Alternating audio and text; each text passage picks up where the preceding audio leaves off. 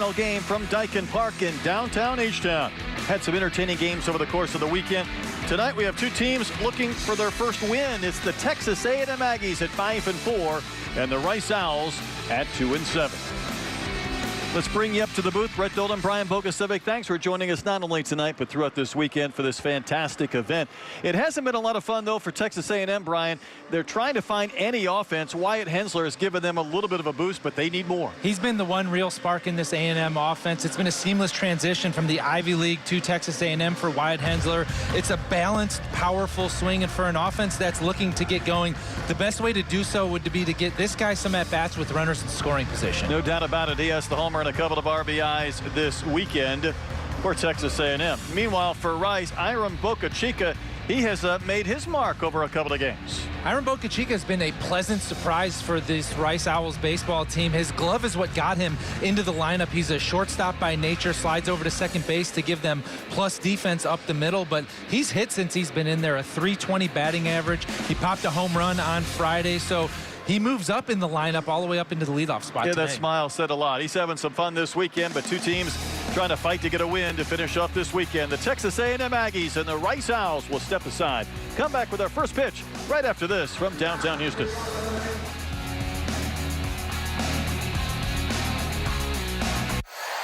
There's never been a better time to become a season ticket holder for the Houston Astros. The average season ticket holder enjoys 45% savings over single game ticket prices, plus significant savings at the team store with exclusive season ticket holder discounts. Along with exclusive experiences and events, season ticket holders get priority access to postseason tickets. Become a season ticket holder today. Visit astros.com/season tickets for more information. The Texas Children's Houston Open is here. Houston's iconic PGA tournament is back in full swing, March 27th through the 30th, and tickets are on sale now. Get ready for an experience like no other in Memorial Park. The Texas Children's Houston Open is the perfect place to host family, friends, or clients. With general admission, venue hopper, and premium hospitality options available. Visit tchouopen.com/tickets today. Your Houston Astros are back for 2025. Built for the pursuit of a championship. Come experience the energy, the passion, and the unforgettable moments at Dyken Park.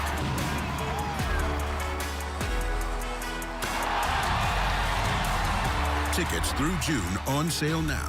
Get yours at astros.com/tickets. Vacationing is an art, and the Palm Beaches are your canvas. Stroll along sun-soaked beaches. Unwind at boutique resorts. Explore hidden and not so hidden gems. Here you'll discover a lifestyle that's nothing short of a masterpiece. Curate your perfect collection of experiences in the Palm Beaches. Ready for baseball, game number 9 over the course of this busy weekend. Rice and Texas A&M concluding the Astro Foundation College Classic. Starting lineup for the Aggies, they are the visitors tonight. Kent, Laviolette, and Hensler, the top 3. Then Schott, Bergevin, and Cash. Farr at second, Galloway back behind the plate, Kill in right field. Bats 9. Brian, they're going to be going up against a Rice pitcher who's had a lot of success in his first 2 starts. Robert Fernandez, the senior righty for Rice. Sinker, changeup mix. Will mix in the breaking ball, curveball as well, but in 10 innings, just a .9 ERA, and he's one of those guys, everything's moving. He'll throw any pitch in any situation, so somebody that you can't really pin down for a game plan, just have to look for your pitch. His 2 starts have been 6 and 4 innings. Should be ready to go. Rice, like most of the teams, have tinkered just a little bit with their lineup over the course of the weekend. The outfield has Motley, Green, and Duffield, with Johnson, Zito, Bocachica, and Vasquez around the diamond. Landon West behind the plate. And no Rank in the lineup tonight as well for the Rice Owls after he had started 68 straight games. A little bit of a different alignment. A lot of that has to do with the pitching matchup.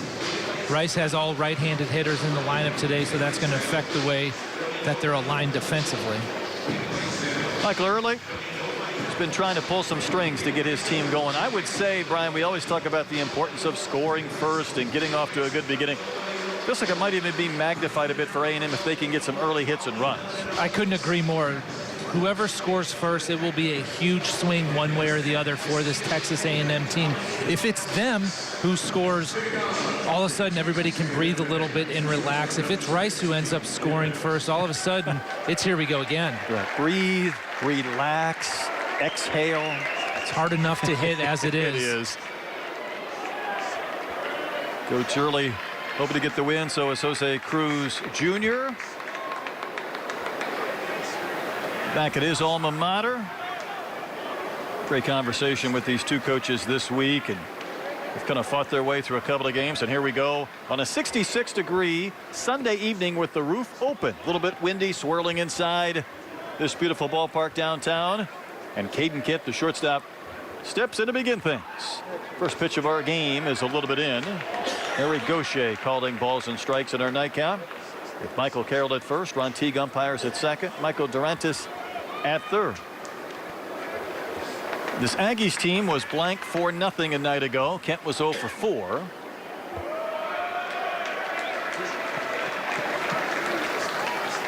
And also fell to Arizona 3-2 on Friday night. And see the winds right now, it's calm. It might swirl just a bit. A&M lost 3-2 and Hensler had a 2-run homer, so that's it. One swing has accounted for all of their runs. And Kent takes a strike. Those scoring woes go back even further than just this weekend. Just 7 runs over the course of the last 4 games for this Aggies offense.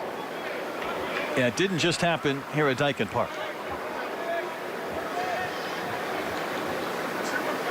Fernandez ready at his next pitch, fouled at the plate. That one took a chunk out of Caden. He's got the shin guard on, and I don't think that helped enough. He looks a little bit like Dad right there, doesn't he? He looks a lot like him in the batter's box, kind of that upright stance, really balanced the weight, kind of 50-50 on each feet, not a whole lot of weight shift. I think he just missed that guard too. Got it on the inside of the foot. It always happens that way. It's got to be irritating. Fernandez, the Miami native, kind of rocks into that windup, and then Kent took another chunk out of himself. That expression, and if you could read lips, that about sums it up. Well, he got that one on the back leg. He's rubbing out his left leg right there. That's when you really let the ball get deep, when you foul it off your back leg. You sure do. And that was not a happy Caden Kent. We laugh only because we love Caden. That could not have been much fun. And then he almost took one off his kneecap.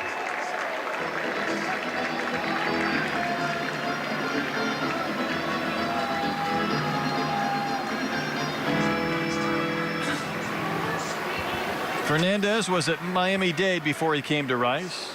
Only pitched in one of those 2 seasons. Next one on the way, fouled at the plate again. He's taken a chunk out of himself and a few others behind the plate. I think a combination of changing of speeds and some sink has Kent kind of out in front. He's taking pretty aggressive swings. That ball's just never getting to him. Got a lot of playing time late last year in the College World Series run when Montgomery was injured. Chopper that is speared by Fernandez. I didn't think he was going to get there when he started to lean, but he made that look somewhat easy. Runs about halfway to first to retire Kent for the first out. Kind of finishing, falling off to the side a little bit, but Fernandez able to hold his ground just enough to stick his glove out and snag that one. Chase Laviolette, one of many Katie Tompkins players in this game tonight, but 3 homers, 9 runs batted in. Had a single in the 9th inning yesterday. He's 1 hit so far this weekend. He's taken his walks, been hit by some pitches, but struck out to end the game against Arizona Friday night. Went from batting second yesterday, was batting third, back to the 2-hole this evening. It's at the belt. Big guy, big zone. Strike 1. One thing that Jace has seen a lot of so far this weekend is left-handed pitchers and left-handed breaking balls. He's probably glad to see a righty on the mound today. I bet you're exactly right.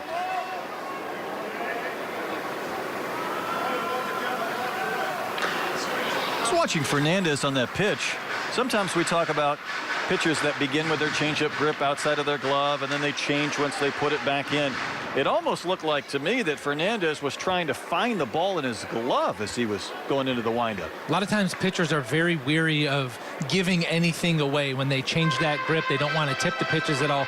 So they'll try to wait as long as possible to change grip. And Fernandez right there, almost as he's taking the ball out of his glove, still feeling around for the grip that he wants. It's like a basketball player trying to shoot as he's still trying to gather. He's trying to get a hold of that basketball before he shoots it, and maybe we'll see it here. It's also probably an unsettling feeling to be in the batter's box with a pitcher trying to feel for the ball as he's throwing it. See him kind of spinning it around right now, digging it into his glove, and then he just misses that outside corner. But obviously 10 innings, 5 hits, and 1 earned run. A real good beginning, and maybe you'll see it here. You see him with those fingers spread apart, but watch as he goes into that glove. He's still trying to spin that ball around, dig it into his glove. You can see it from this angle better. See that little twist at the end? He almost gets underneath the ball before he comes around and gets on top to throw. Our center field camera has the best angle at that. Normally, guys, they've got that grip, they're ready to go, but it's like he's trying to find the right feeling. It's almost like he's pressing his hand into his glove, trying to really get a grip on something. Trying to really push down hard. So you almost see that ball kind of squirt out, the 3-2 pitch. You don't see it, and then all of a sudden it looks like you see about 2/3 of the baseball. Yeah, usually what you'll see, especially if you're a runner on second base, to kind of peek into that pitcher's glove a little bit, see if you can steal a pitch. You're seeing the back of their hand. You're seeing maybe a changeup grip, 3 fingers on top of the baseball will give it away. But right there, his hand's on the other side of the baseball. You got Kent to bounce back to the mound. Battle here with Laviolette. And the payoff pitch. Smoked into right center for a base hit. That's the type of exit velocity and strength you get out of Laviolette. That's a 1-out single. Maybe that's what the Aggies can hang their hat on for a good beginning so far this evening. Well, that's the kind of swing you like to see from Jace Laviolette. Hard contact, hitting the ball into the middle of the field, but also a good 2-strike approach, not getting too big, not chasing outside of the zone, just a nice, easy swing, put the ball in play. This is Hensler, the man we featured in the open.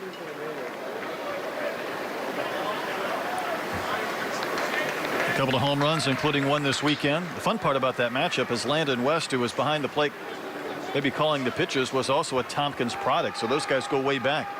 Jason Landon.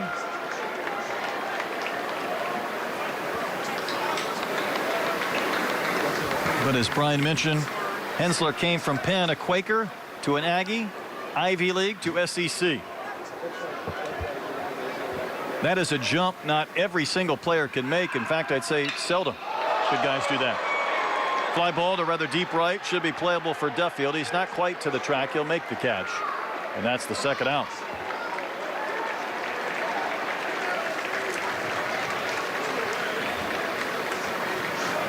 Designated hitter, number 12, Hayden Schott. Hayden Schott is back in the lineup. 0 for 5 this weekend. You see the batting average below 200 for the time being.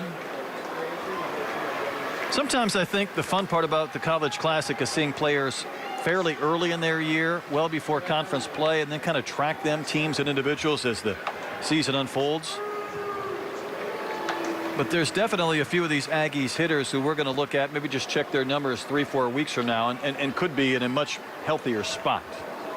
And as bleak as it might seem for this offense, the numbers are still at a point right now, the amount of at-bats where a good couple of games, a good week, a good weekend can flip these numbers on their head and flip the confidence around as well. And sometimes that goes hand in hand. And as we mentioned last night, maybe you have to fake it until you make it a little bit from the confidence standpoint. Short lead for Laviolette at first. Foul ball by Schott. Sometimes you fake it, sometimes you got to force it. You're struggling to score runs. Don't just sit around and wait for the 3-run home run. If you have to lay down a bunt, if you have to try to steal a base, hit and run, I wouldn't be surprised if at some point today we see a little bit of forced action out of this offense. It will be something to watch over the course of this game. 2 strikes to shot. A little bit up and out.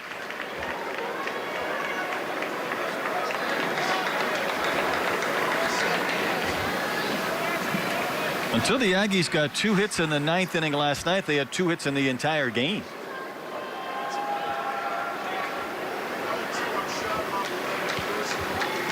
And that is a wave and a miss. So Fernandez gets the K, works around the single.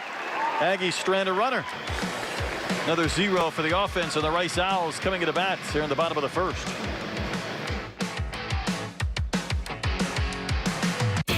Whoever decided to serve KFC chicken with Mike's Hot Honey is a genius. A sweet, sticky, spicy, crispy genius. Grab it for $7 or share with friends for $25 before it's gone. Tonight is our night of MVPs. It's where we celebrate our most valuable partners. So we have all of our corporate sponsors and our floor seat holders and a lot of our premium accounts. We do it kind of midway through the year just to reflect on the first half of the season and say thank you for all their support. How cool is it to see the players, past and present, mingling with these people that mean so much to the organization? Yeah, it's fantastic. I mean, my favorite part when we come here is seeing all of the legends, and it just is a testament to how much this franchise and this city not only means to them, but to the fans. So the fact that they are still involved and still loving to be connected with our best clients is fantastic. And what's the vibe? The team is winning more. You've got all these events at Toyota Center. Things are on the up and up. Everything is more fun when you are winning, that is for sure. And so after a big win, just to have a fun time to celebrate with clients, for the guys to have a good time, get to meet people that they see on the court all the time, but they're working when they're on the court. So to be able to meet them on their downtime is great.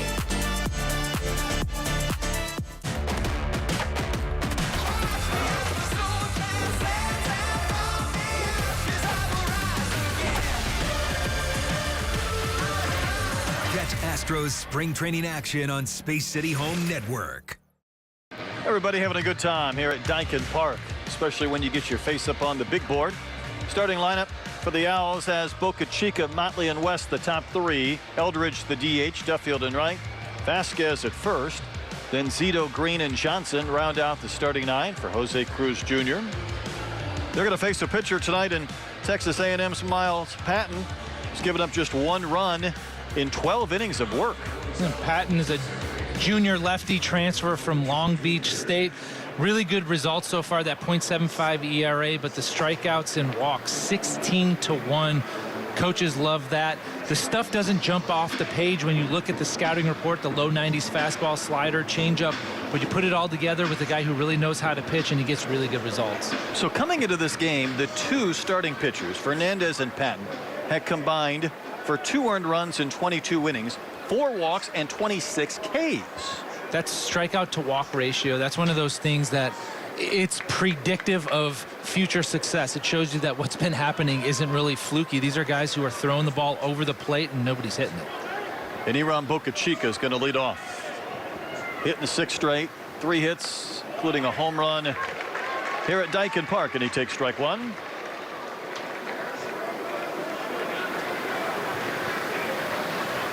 A few days ago, he was happy to be in the lineup. Now he's leading off for the Rice Owls. Good pitch, wave and a miss. Friday afternoon against Mississippi State, Boca Chica was in the 9-hole. Got himself a couple of knocks, hit a ball out of the ballpark. Come Sunday, he's leading off. He might have been the happiest guy to homer, at least outwardly, in this college class. He just about floated from home plate to the dugout. Rolls one up the middle. He's got himself another hit. Good times keep on rolling for Boca Chica. I think Chuck Poole pointed out that his father in his lifetime here in this ballpark was 0 for 2. So son's got one on dad, to say the least. Boca Chica gets himself on base again. He's also 3 for 3 in stolen bases, and this is a Owls team that is not going to be shy about trying to take extra bases.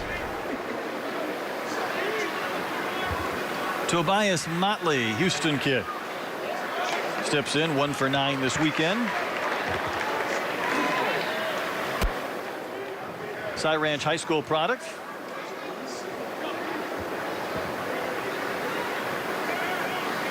At times this feels like a young team. One of the sophomores on this squad for Cruz Jr. The pitch rolls right in there for a strike. You mentioned that Patton had a couple of years at Long Beach last year, had almost 12 strikeouts per 9 innings, considerably more Ks than innings of work.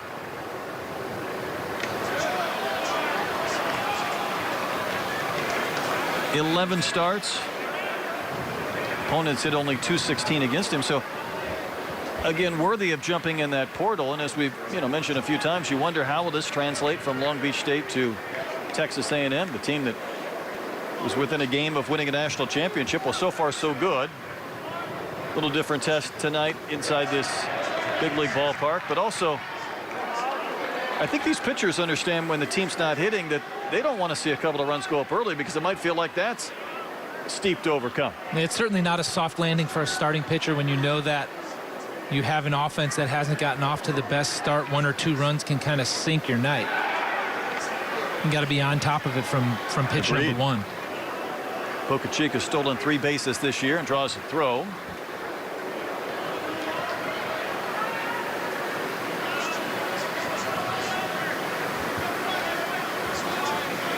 Motley really has that bat pointed down. He'll raise it here as he waits and takes and looks at one that's not close.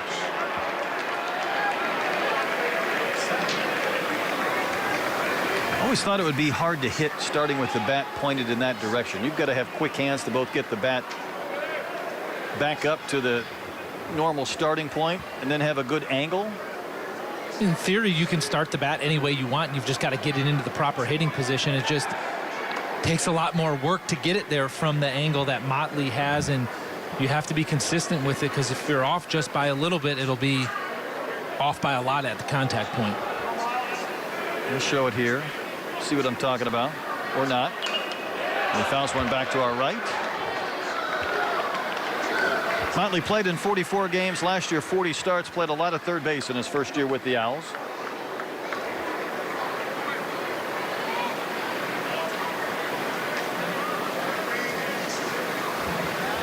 See how that bat is pointed right now. In other words, if there was no cap at the end, you'd had some water in there. It'd all leak out before he raises that bat in the air and then takes inside. It doesn't matter. He was a spectator on that pitch. So a single on a walk and a good beginning for Rice with a couple of free base runners.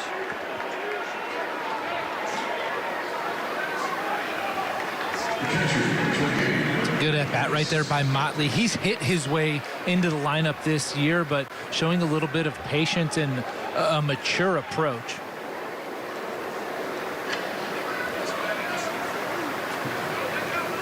Landon West steps in. 3 hits this weekend.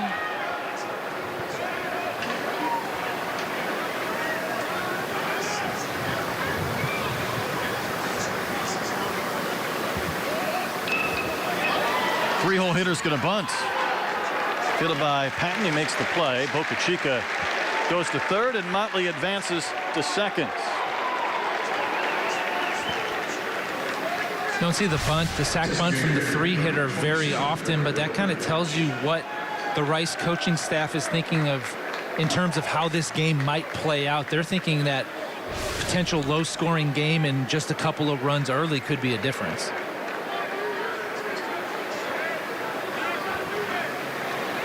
Gives Barrett Eldridge a chance to drive in some runs. 3 on the season, as you see, 0 for 3 this weekend.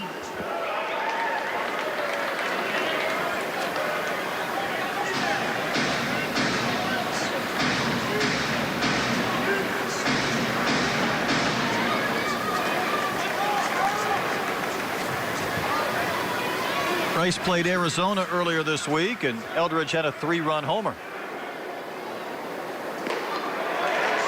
That was firm. That was just a straight-up challenge pitch from Patton right there. Eldridge was at Georgia Highlands last year, junior college All-American. Batting cleanup tonight against A&M and Miles Patton. That ball smoked in the gap, left center field, hit well. Laviolette turns and looks. It's off the top of the fence. It'll chase home a pair of runs.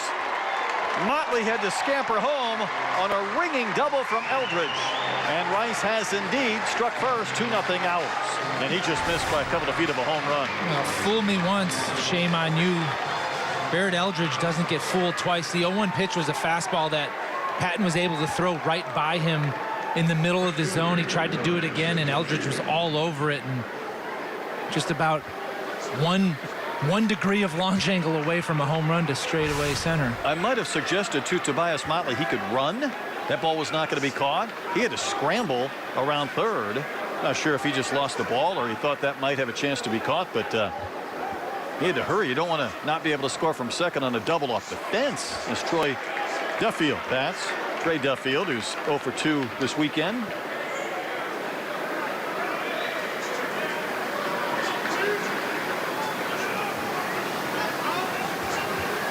Another Houston native.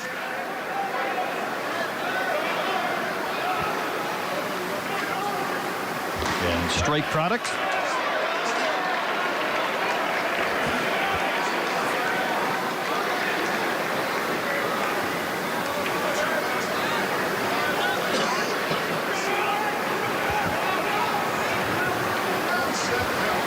So Patton had given up 1 run in 2 starts. He's given up 2 in the bottom of the first. He had a multi-hit game, though, against Virginia. Talking about a top 5, top 10 program in the games that were played in Puerto Rico, where Rice started the season. 1 ball, 2 strikes to Duffield. Well, that pitch had a lot of run to it. Maybe too much. Some late movement right there. It looked like it almost handcuffed the catcher. I was thinking the same thing. That was a lot for Galloway to kind of snatch. One of the few head coaches who still coaches third base. Wave of a miss. That one had movement the other direction. Late movement, unpredictable late movement is really tough to deal with. And when a guy can split it both ways, that's a tough AB. Not kidding.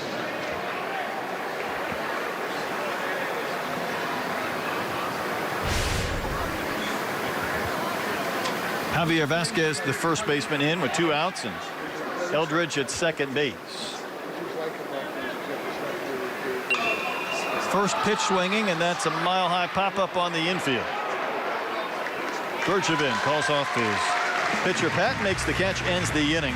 Rice gets a couple of runs on 2 hits. The ringing double from Eldridge. Good beginning for the Owls after 1 from Dyken Park.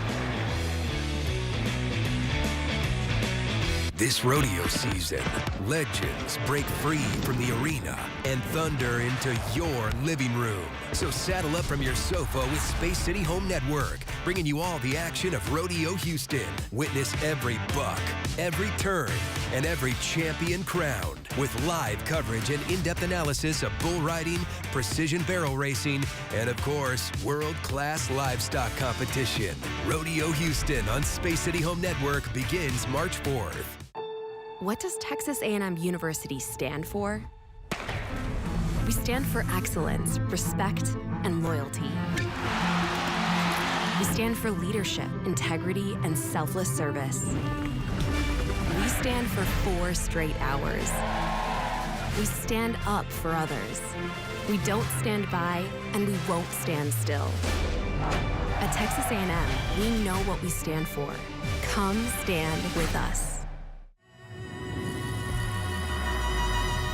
Be strong and of good courage. President JFK challenged us to achieve what no one thought possible. Our commitment to excellence, to do the impossible, is made possible right here in Houston, Texas. This is our moment to prove that Rice fight never dies. Rice out. Let's fly. Nighttime has settled upon Houston, and Brian, with the roof open right now, it's a little bit tough to kind of pick up some of these pop-ups and fly balls. That twilight sky is always tough. It's not completely dark up there, and the lights haven't completely taken over. Saw in that last pop-up to end the inning, some of the Texas A&M infielders threw their hands up because they couldn't see it. It's not a happy feeling. Matt Bergevin got the start last night. He came into the game with 1 at bat all year, got the start, He had one of their 2 hits in the first 8 innings, and he finds himself back in the lineup again tonight. Instead of DHing, he's playing first base. Been some shuffling in that lineup the last couple days for Texas A&M, and trying to find some kind of spark, some kind of consistency, and you can put together a good at-bat or 2 at this point, you're probably going to get run out there again. Well, I think you're right. Robert Fernandez back to work.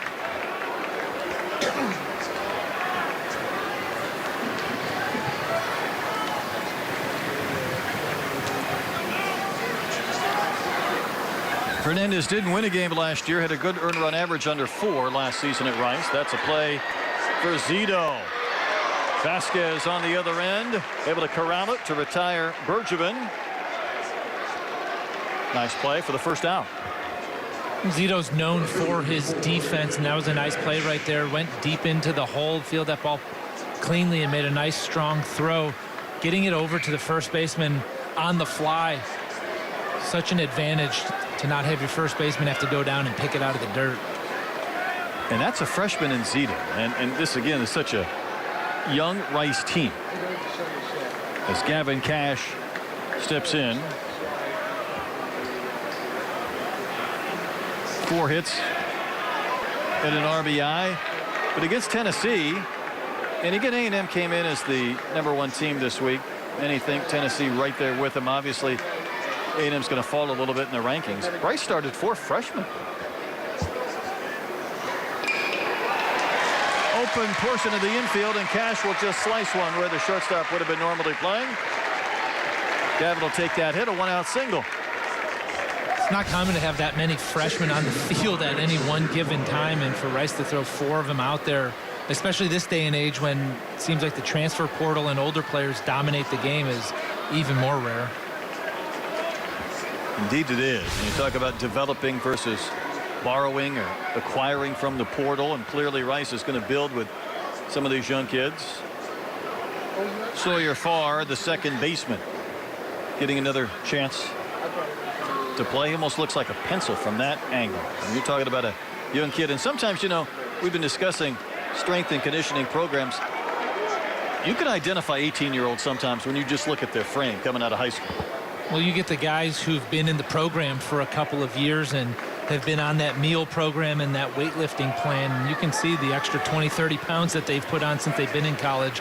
Freshmen just haven't had a chance to do that yet. And strength. Boca Chica fires to second for an out. No double play, back at first. Nifty turn by the youngsters up the middle, Boca Chica and Zito.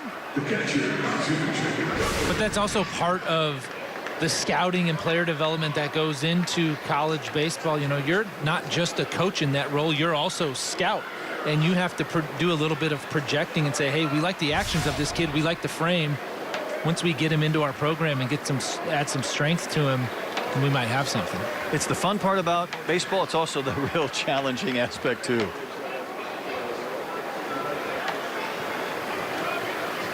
Jacob Galloway, the catcher. 0 for 4 this weekend. But usually the good teams, whether it's in college baseball or good organizations in the professional ranks, when you can develop and when you can kind of scout and evaluate talent, you're going to win.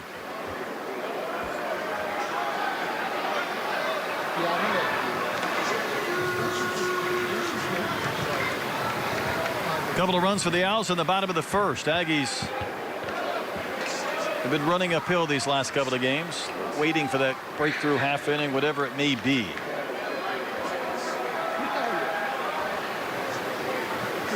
And Fernandez, this is outside.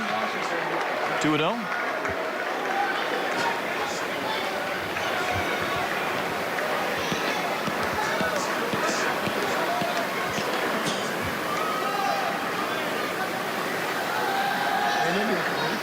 Comes set right at his chest. Big swing and a soft foul ball by Galloway. Been a lot of foul balls that look just like that so far today. Hundreds, I might say.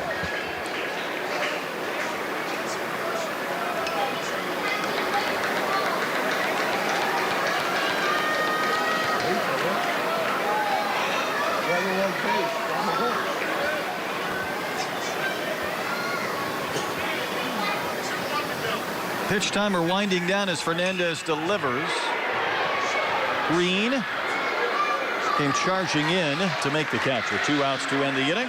Aggies get a hit, but that's it. Inning and a half complete. 2-0 Rice in our final game of the Astros Foundation College Classic.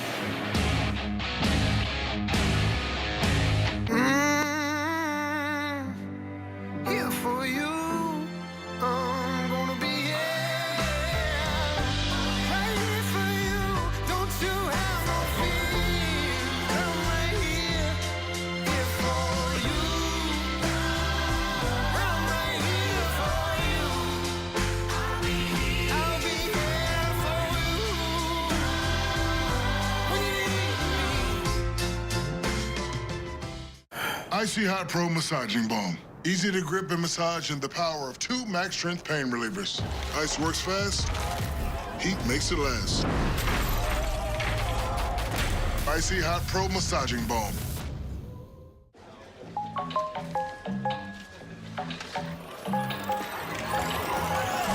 Easy. Find a pet-friendly Italian restaurant with outdoor seating nearby and text it to Luca. Real quick. Send it to the click. Shake.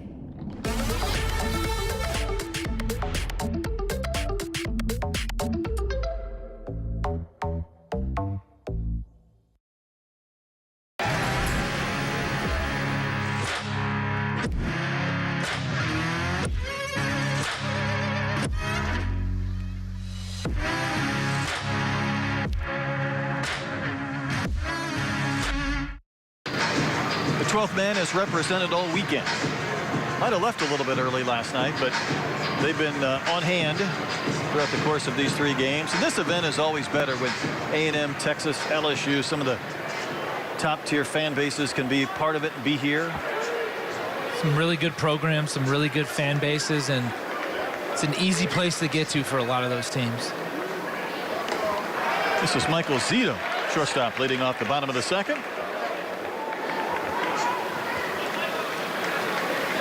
Couple of hits this inning for Zito. Had 3 midweek against Arizona.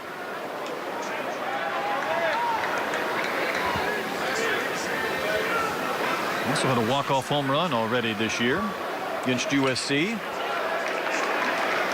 Rice has not been afraid to challenge themselves with the schedule. And Jose Cruz Jr. said it really wasn't by design, but they were in Puerto Rico, and then they played USC at home. And now 3 straight SEC teams, Mississippi State, Tennessee, and A&M. You know it lets up a little bit here over the next week, but this has not been easy in the first few weeks of the campaign. No, it's definitely been a test, and especially for a young team, your first taste of college baseball for some of these guys, and you go out there and see some of the better teams. The line from Patton in the pitch. There's that action again, riding up and away from the right-handed hitter Zito.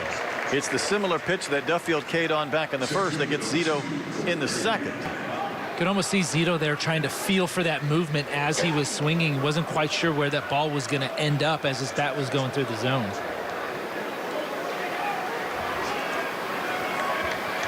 Cole Green's in center field, 1 for 5 on the season.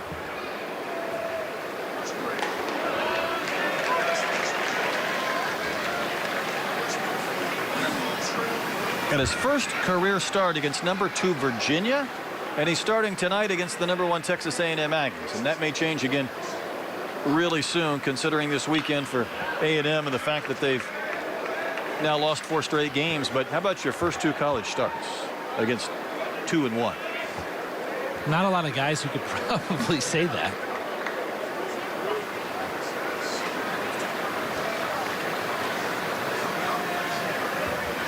Chuck Poole even had a note in their game notes about facing top teams, and that one's fouled away. It's been at least since 1997. Rice has never faced the top 2 ranked teams in the country in successive games. Back in 2009, they faced North Carolina, TCU maybe, and a couple of top tier teams. Well, they're getting them this weekend.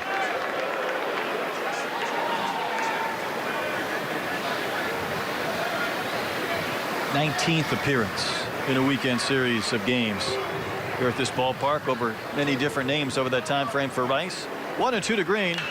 And that ball's drilled to left. Up, out, and gone! Off the back of the Crawford boxes. How about the first college home run for Cole Green? It was a no-doubter, and it's 3-0 Rice. Doesn't seem to be bothering Cole Green. Number one, number two. Throw that fastball down the middle. He's going to hit it. And talk about the late movement that Miles Patton has showed. A couple mistakes that he's made have been pitches that have flattened out. That pitch didn't finish into the right-handed hitter, kind of stayed out, and Cole Green does a good job getting down into his legs and lifting that ball out. You have to run around the bases, but you could probably float or levitate. This is Max Johnson, the third baseman.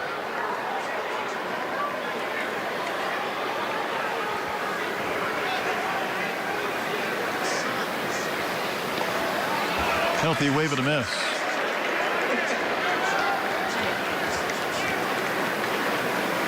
Johnson's one of the older players on a young roster. Senior out of Ohio, Indiana transfer.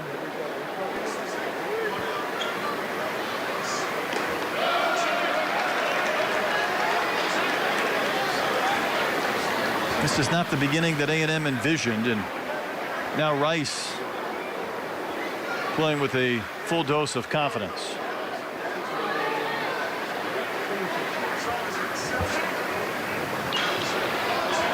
In the air, foul, first base side. Bergevin looking for room. Into a slide, and the ball kicked out late. I think he was hoping for some help, and none was forthcoming. It's a good effort right there by the first baseman. He went a long way, and we talked about this type of play in between games with the roof open and there being a little bit of wind. This is the play where it's most difficult. It's a ball that gets hit and looks like it's going to be foul into the stands, but it catches that jet stream up above the third deck, and it keeps it in the field of play. Sure did, and he just about caught it. I mean, that ball was in the glove and then just kind of squirted loose at the end. You know, you're taught to run to the wall and find the wall, but on those plays, you almost have to slow play it and wait for that ball to come back. Smoke down the left field line. That's in for a base hit. Cash over to cut it off on the warning track. Johnson should be able to get to second. Good throw, but it's late, and that's a double for the 9-hole hitter Max Johnson following the home run from Cole Green. Back-to-back really nice swings by some right-handed hitters, really keeping their head down and driving pitches into that left side of the outfield, and Johnson's thinking two out of the box, and he needed it because that's a pretty nice throw in there from Gavin Cash. Sure was, and you could almost anticipate a mound visit. Jason Kelly on his way out to talk to Miles Patton, who gave up 2 runs in the first and a homer here in the second. Well, the football's out, at least in the bullpen for Texas A&M.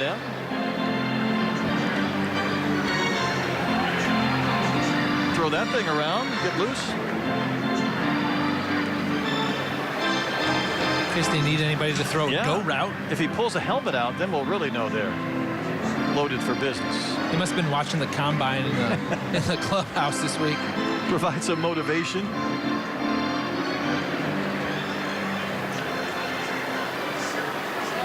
Back to the top of the lineup for Boca Chica.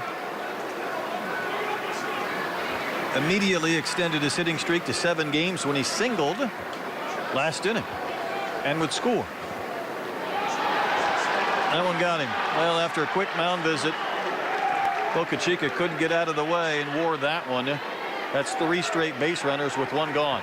Miles Patton is probably fortunate that that ball hit Boca Chica, because it was going to be a wild pitch and there was going to be a runner on third with less than 2 outs, but it just clipped his foot. Now you're first and second and the double plays in order. Same thing. He's got that shin guard. The ball just missed him. Always.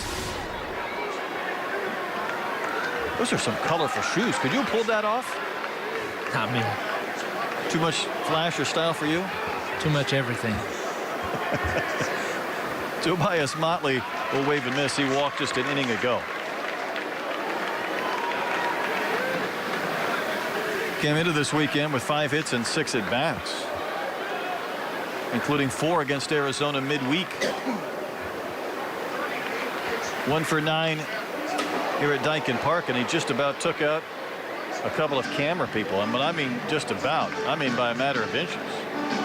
We had a couple of photogs with multiple cameras, and oh goodness, was that close. I went full matrix over there.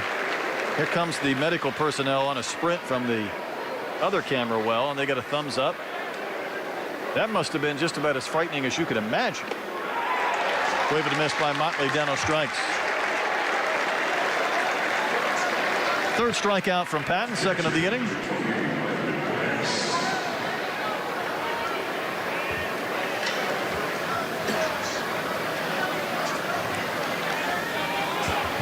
West dropped down a sacrifice bunt with a couple of runners on and nobody out in the first.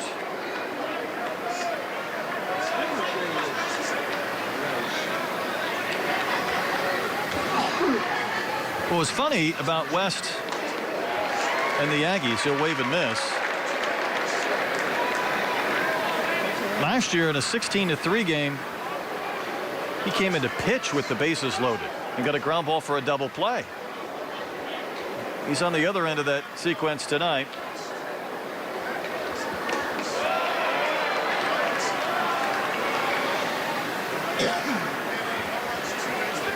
West brothers are 4 for 8 this week, and his older brother's a senior, a reserve, doesn't get a lot of playing time. Had a double as a pinch hitter yesterday, his first career extra base hit. And that one fouled away, so they're not showing up the other Tompkins product in Laviolette, are they? That could be the #1 overall pick. No. That's a situation where Landon West pitched against A&M last year. That's one of those situations. A position player goes in, gets a ground ball, gets a double play, and then will probably never let another pitcher ever hear the end of it, ever. No doubt.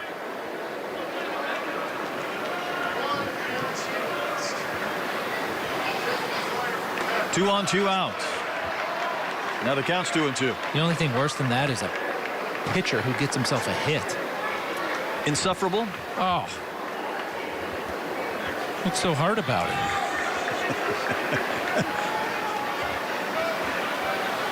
Not a complicated game, Brian. Rice looking for another big hit. Instead, Patton will get the kite. So he struck out Motley, then Cade West ends the inning. Rice will strand a couple of runners. They got the home run from Green, though, to add to the lead and make it 3-0 Rice.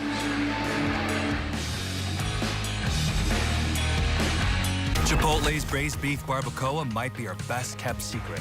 Slow cooked, responsibly raised beef, seasoned with garlic and cumin. Hand shredded for fall to fork tenderness. Chipotle's braised beef barbacoa. If you know, you know. What I love about the NBA Foundation and their grants program is that 90% of the grants are awarded in NBA team cities. And so Family Houston is one of the many organizations that have gotten grants as a result of the NBA Foundation. We do wraparound services for families and individuals in crisis. We provide mental health services. We provide financial stability and employment coaching. We have basic needs support. We have some veterans programming as well. So we do quite a bit helping a lot of the underserved throughout the greater Houston area. The NBA Foundation is specifically trying to help a lot of the underserved community with employment advancement. We're going to talk to the Houston Rockets because I know that they are always looking for really good employees. I've been working for Family Houston for 15 years now, so it's very rewarding to see my clients, teaching them to be responsible adults and coming out of college with good credit scores, good career aspirations. Is going to help them be more successful in society later. Spike from behind. Oh my goodness! Prayer was answered. The Rockets take on the Thunder tomorrow at 6:30 on Space City Home Network. Youngster had his Spider-Man mask on, and he ripped it off right before he could have become television famous. A little bit cooler down in the stands tonight with the roof open, maybe jacket weather. Tell you what, selfie weather. Yeah, it's always selfie weather. There's no doubt. 3-0 Rice in front as A&M bats in the third. Terrence Kill the second, the only player who's not hit yet in this game. Hit 6 at bats this weekend.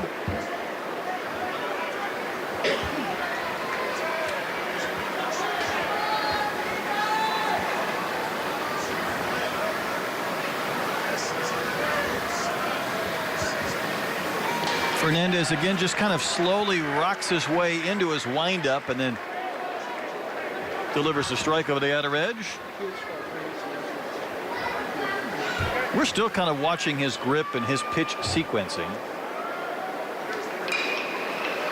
There's a chopper into the shift. Well, that didn't go as planned. Boca Chica was there. He ducked. Zito had the hop. Got to chew him up.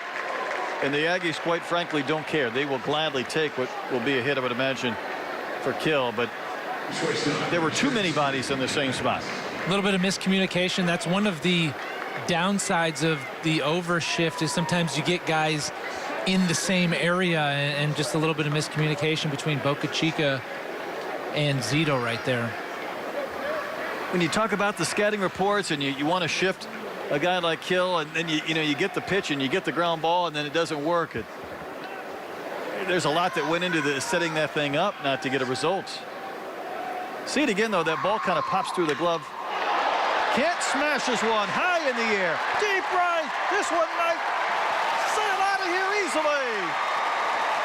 Caden Kent gives the Aggies a big lift with a monster 2-run homer to right. His third of the season. And it feels like the boys in maroon really needed that one. It's an understatement to say that's a huge swing from Caden Kent. It's exactly what this A&M offense needed. It's a fastball up. He goes up and gets it. Every bit of it out there deep into right field. And for an offense that has just been grinding and grinding to get 2 runs on one swing, it's got to feel good. Thought for a second that might land in the upper tank again.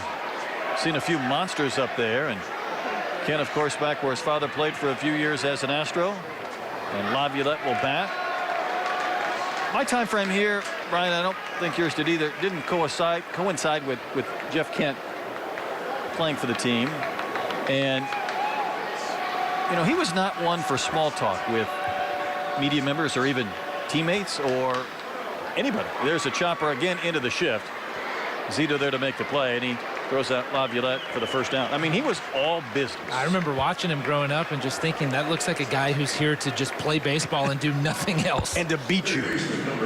And yet, we had a celebration, I don't know, this has probably been more than a decade ago, bringing back some of the former greats, and they would stop by the television booth and they would stop by the radio booth, and Jeff Kent came by, and we had him on for either a half inning or a full inning as Hensler steps in. And of all the interviews we've done over the years, and I've been part of, and this is, about 4,000 baseball games, he was easily top 2, top 3 of all time. He was so engaging and so good and so thoughtful that I told him afterwards, not only could you do this if you wanted to do it, you could be, Sunday Night Baseball, you could do whatever you wanted. But he's comfortable just living the life in Texas and watching his kids play. But he was that good. You know how many guesses it would have taken me to get to, if you said who's one of the best interviews of all time? May never have crossed your mind. That's shocking. But he had been several years removed from playing, and he was back, and it was just a different light switch that you either turn on or turn off. And Hensler takes down and out, 2 balls and a strike. But it was one of the things that made that fun. We brought back Rusty Staub, and you were going way back, and some of the great players, and Mike Scott was here, and then Jeff Kent stopped by, and when Kent was on with us for a couple of, well, at least a half inning, maybe a couple of half innings, it was just simply fantastic. And the pitch to Hensler is high, 3-1, and I tell that story because I get reactions like yours from others. Maybe a little bit disbelief. But you could tell the way he just thought about baseball. But the intensity he brought every day was one that few players have been able to replicate. And I haven't been around Caden enough to know if there's a little bit of that in him. Hensler smokes one to center, hit well, should be playable, and will be caught by Green for the second out.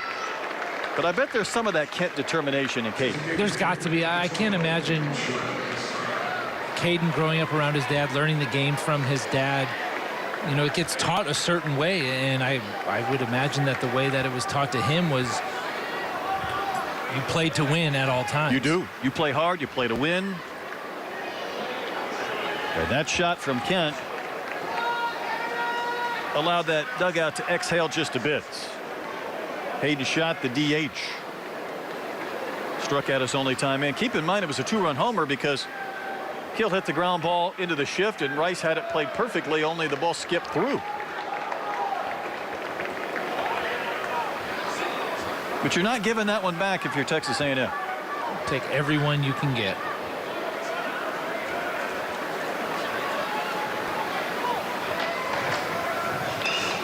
I know the metrics are turned on. Someone's got access to, the exit velo. We don't up here, but that would have been one that you would have liked to check just to see how hard that ball came off his bat. Exit velo was loud.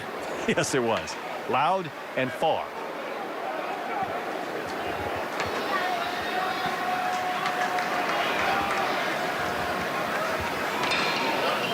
A chopper that Fernandez spears. He made that look somewhat casual. Nice play. Inning ends. Aggies get a couple of runs on one swing on the Caden Kent homer. Fun game as we go to the bottom of the third inning. Rice by a run. Thinking of updating my kitchen? Yeah. Yes. This year, we are finally updating our kitchen. Doing subway tile and an ivory or eggshell. Cream, maybe bone. Don't get me started on quartz. Big island. You ever heard of a waterfall counter? For everyone who talks about doing that thing, over there, but never does that thing, sweet little breakfast nook. Chase has financial guidance. See how you can start saving to make this happen. Really? Really? Really. At home or in You person. could also check out a Chase Money Skills workshop. That's guidance from Chase. Make more of what's yours. There's never been a better time to become a season ticket holder for the Houston Astros. The average season ticket holder enjoys 45% savings over single game ticket prices, plus significant savings at the team store with exclusive season ticket holder discounts. Along with exclusive experiences and events, season ticket holders get priority access to postseason tickets. Become a season ticket holder today. Visit astros.com/season tickets for more information. The Texas Children's Houston Open is here. Houston's iconic PGA tournament is back in full swing, March 27th through the 30th, and tickets are on sale now. Get ready for an experience like no other at Memorial Park. The Texas Children's Houston Open is the perfect place to host family, friends, or clients. With general admission, venue hopper, and premium hospitality options available. Visit tchouopen.com/tickets today. There's a lot of Cruzes in that Rice dugout, and there's a lot of former Astros great. You see Lance Berkman at the bottom of your screen, Jose Cruz Sr. at the top. Jose Cruz Jr. is out coaching third base. You got multiple Cruzes and multiple Astros legends. Look at Cheo, just can't stop teaching. If he's around the ball field, he's going to teach somebody something. He was talking to a few players, shaking some hands. He snuck into that dugout, and how about that? Those are two numbers right now that are up on the retired Astros marquee with the uniform numbers above the Dyken Park sign in right center. Cheo's 25. And I might have got a little bit ahead of myself for Lance, but it'll be there at some point. Eldridge had the 2-run double in the first. May have just made some news there, putting Berkman up on top of that marquee, but it'll come.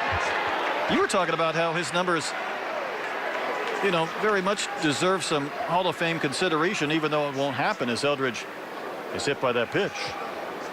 If you compare Lance's numbers to not just some of the guys who've gone in recently, but some of the guys historically, these stacks up pretty well. And some of the guys who've gone in over the last couple of years, if they're Hall of Famers, Lance is a Hall of Famer.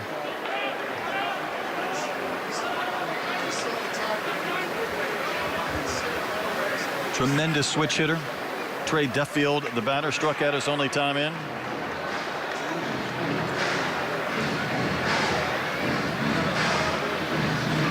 Lance coached at HCU the last couple of years, a true volunteer here. Finished with 366 home runs, got some time with the Cardinals and Yankees and Rangers at the end of his career. Duffield waves and misses. Grew up a Yankees fan in Texas, then played for the Astros, of course, not far from Rice, and played with the Cardinals, a longtime divisional foe in the World Series, and finished with Texas's other team. So he took quite the tour there at the end. One of the theme that runs through all of it was always good teams. Yes. And good seasons from him, part of good teams. If you were a team that was looking to win those last couple of years when Lance was out in free agency, he could help you.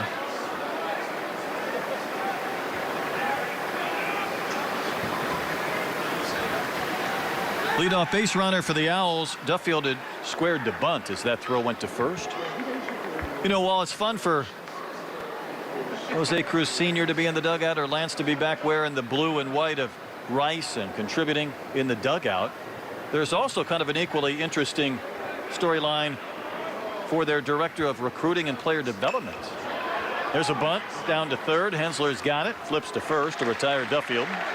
Second sacrifice dropped down by Rice. Eldridge in scoring position with one gone, but Mickey Honer is in the Rice uniform, and he was a guy that began his career at Navarro, but he made 112 starts behind the plate at Texas A&M. 6 home runs in his career, played from 18 to 2021. Made 3 starts against Rice, so a former Aggie who's wearing the Rice uniform tonight, which always feels different. It doesn't matter how long you've been gone or what the case may be. There's a lot of overlap in this matchup here. Javier Vasquez pops one up to far. Should be an easy play, and is for the second out. You got former players, former coaches, guys who played with each other in high school, guys who played against each other in high school. I can't imagine how many times some of these players have crossed paths on the travel ball circuit. So going way back. A lot of familiarity.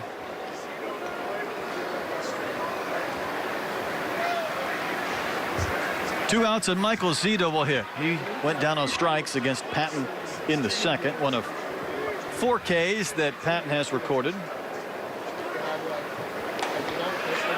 Runs on the outside corner for a called strike. 35 strikes, 17 balls for Patton, who's been around the zone a lot.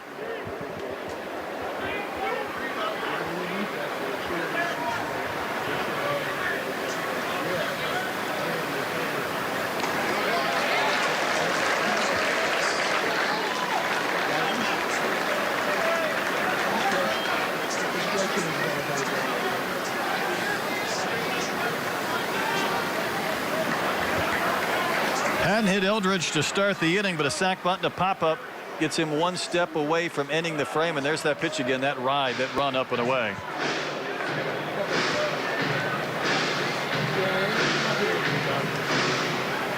When you get a guy who can have late movement going both ways, it's hard to cover both at the same time. Sometimes you just got to give in and say, hey, I'm selling out to one side of the plate.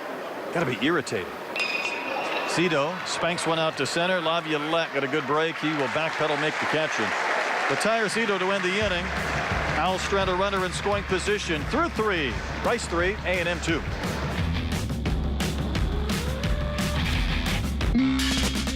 From oh, baby, to oh, baby. So many ways to save. Life ready.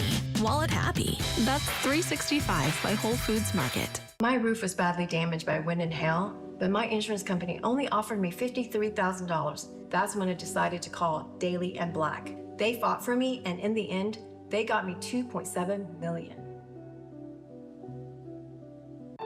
What does Texas A&M University stand for? We stand for excellence, respect, and loyalty. We stand for leadership, integrity, and selfless service. We stand for 4 straight hours. We stand up for others. We don't stand by, and we won't stand still. At Texas A&M, we know what we stand for. Come stand with us. Be strong and of good courage. President JFK challenged us to achieve what no one thought possible. Our commitment to excellence, to do the impossible, is made possible right here in Houston, Texas. This is our moment to prove that Rice fight never dies. Rice out. Let's fly. Rice has a 3-2 lead as we go to the 4th. Their head coach, Jose Cruz Jr., joins us. Jose, you've got a really young team. You've got a lot of kids kind of gaining some valuable experience. What will they take from this weekend going up against 3 top-tier teams that they can use going forward over the next few weeks or months? Well, one thing is that it's not going to get any tougher.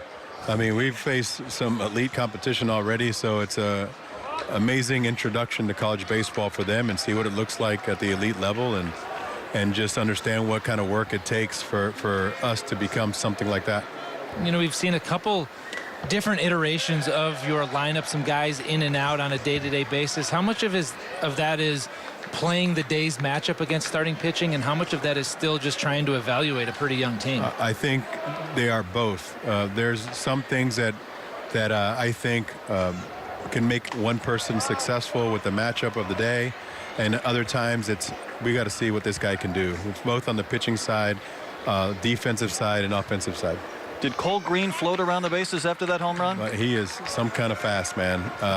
He actually came in to play defense in the outfield in the spring here just because we needed a guy, and all of a sudden I saw something with him out there that was like, you know, called my attention, and next thing you know, we're put him in center field and he's making plays and making throws, and you know, now it's like, well, now can we get his offense going, and can he be a productive member? And that needs to stay in the park too. I think it will. All right. Yesterday I was on the call and it hit a homer, just like that. So I'm glad that stayed in. Yeah, I don't want to jinx you, so I'll let you out on this. Is your dad causing any problems down there? Do we need to call security, or is Jose okay? I cannot believe somehow he snuck past security to sit down here. He might make a pitching change or something before this game. Yeah, he's my head of motivation on our team. So hopefully he can do a good job today. Jose, I love the visit. Thanks for your time. Right, thank you. The head of motivation. That's a perfect job for Jose Cruz Sr. He never stops. Even if that's not his title, he's still out there working. Can't believe he stuck into the dugout. We've had some incredible interviews with these coaches today. Oh, it's great. And to hear the energy and passion from all of these guys and how much they enjoy their job, how much they love their team, how much they love their school. Well, think about this. Of the 6 teams that are here, 3 have Gavin Cash lifts one to left towards the Crawford boxes. How about a solo home run to tie the game? These college hitters all weekend long have been finding the inviting Crawford boxes to their liking. Even the lefties. And a tie game. If you're wondering how to drive the ball the other way, just take a look at this swing by Gavin Cash. He lets the ball away get really deep into his swing. That doesn't go out there trying to reach for it, lets it travel and just takes it off of his backside and drives through it. And that ball jumped off the bat. That's a no-doubter, Oppo. Ball ended up back on the field, I think, but it might be lopsided after it connected with a seat or a concrete pillar. All of a sudden 3-0 has turned to 3-3 in a hurry. But 3 of the 6 head coaches are coaching their alma maters. Chip Hale, Josh Holiday, Jose Cruz Jr. As far takes one in for a ball. I mean, that's probably pretty rare when you get 6 teams together for an event. Especially now when there's been so much movement by coaches and players for that matter. It just seems like nobody really ever finds a home in baseball anymore. But you get some guys at their alma mater, it just means that much more.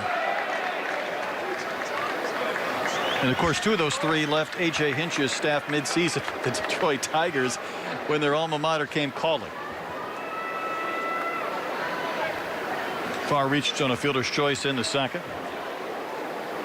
But it's an Aggies team with a couple of homers in this game. Remember, they lost Gavin Grahovic out for the season with a shoulder injury. Sorrell, they're still trying to get Caden Sorrell back because of a hamstring injury.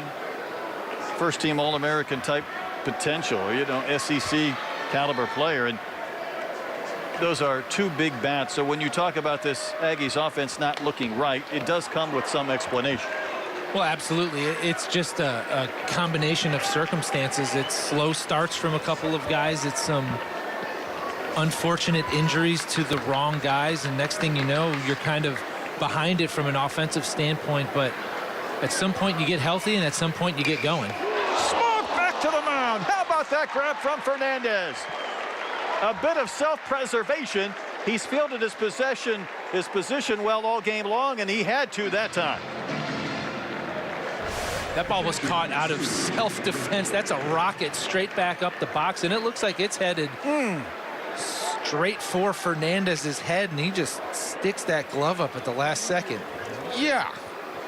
And the way he was twisting his body, he had no choice. He was not going to lean out of the way. He was either going to catch it, or that was not going to end well. Catch the ball, or it catches you.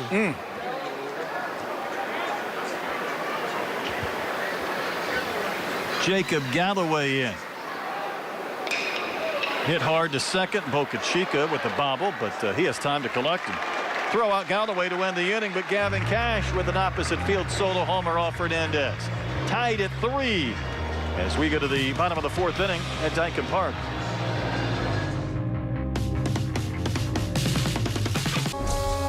The Cantina Chicken Menu. But now it's caliente. Introducing the bold with Caliente Cantina Chicken Menu from Taco Bell. Here for a limited time. Why is just a starting line for the true self blooms only when we find our purpose. What makes us tick below the surface. My why is diversity and unity, a safe space in my community. Living with sincerity, giving every day my everything. With my why, I stand strong, seen and supported all along. For some, their why is a summer under stars, memories and moments, connections near and far. Why is the before work hustle and after school home, a section of my block, a corner to call my own. Our reason why is united, undivided, seeking understanding. Here, a handshake is a promise. All our hearts are dancing. Laughing is our song. It's kinship, friendship, tide rising with the ship. It's a million faces in a mirror, and everyone belongs. Find your why for a better us. The excitement, the emotion, the passion. This is H-Town High School Sports with Todd Freed. See it all right here on Space City Home Network. First 3 runs went to Rice. Last 3 to Texas A&M. Cole Green, who homered in the second, leads off this inning. That was a fun comment, though, that Jose Cruz Jr. had about Green. Just trying to find a way to get this kid going and get him in the lineup. Yeah, they love the talent. He's got a lot of skills and a ton of athleticism. You just got to get him comfortable enough to where you can run him out there on a regular basis. Miles Patton now back to even in this game. One thing we talked about, though, in regards to Jose Cruz Jr., his playing career and then his coaching career, was his ability to kind of recognize what these pitchers are going to do, whether they're tipping at all. You know, are you digging into your glove for your slider? Is there something that you're doing on a fastball that can be a tell for the hitter? And Chip Hale told us that because, again, Chip was with Jose when they were together in Detroit. And the story goes that even Cabrera would sit there and go, I don't see what you're saying. You know, even Miggy didn't see what Jose was picking up. Now, he coaches third. I'm wondering if it's easier or more difficult, as Green will wave and miss, to kind of get an idea what the pitchers are going to do, or the ability to relay that to your hitters from there. There's some guys who just see it, and Jose Cruz Jr. is one of those guys. In terms of the angles that you play, usually being in a coach's box at either first or third gives you a little bit of a better angle. Sometimes you can see over a pitcher's shoulder or kind of just get a better look. But the issue becomes then, how do you get the information from the third base coaching box into the dugout or to a hitter? It's a true art form, as Max Johnson waves and misses. And listen, some hitters could probably never do it, and others wouldn't be real comfortable. Lance Berkman might be one of those. You know, I can't even begin to try and identify if he's lowering his glove on a fastball slider, moving it around, or digging in. There's some guys who don't want their focus taken away from their at-bat. They don't want to be looking at, you know, a pitcher's elbow as he comes set in the height of that. Another wave and a miss, another strikeout. Patton's starting to settle in. Because they just want to focus on the ball and the pitch that's coming at them. There's other guys who don't want to know, even if they don't have to look for anything. They just don't want to know if it's a fastball or if it's off speed. They just want to go up there and straight up hit. But I don't understand those types of people. If I know what's coming, I agree. If I have a chance to know what's coming, I want to know what's coming. Well, if you're coaching a younger group of Rice Owls and you can help them kind of learn this game as they go along, and maybe ease the transition for him a bit. And here's Boca Chica. If you could tell him, listen, when he does X, he's throwing his slider, just be ready for it in the box. It would help that process of maturation. Even if it's just a couple of at-bats here or there, knowing what's coming once in a while, if it steals you a hit or two, can kind of keep your confidence up and keep you afloat through some tough times. But also it creates an idea of how we're going to approach the game, how focused we're going to be at all times. Hard bunt back to the mound. A 2-out bunt try does not work, and that's a couple of Ks and a quick out. And Rice went down in order in the 4th. On we go to the 5th. Still tied at 3, the Owls and the Aggies.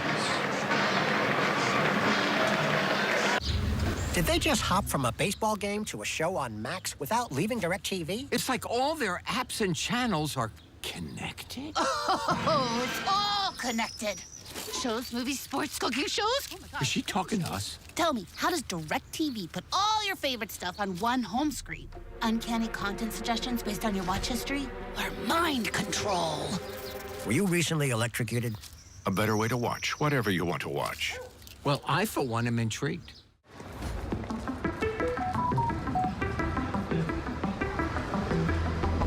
Say the word and I'll lift you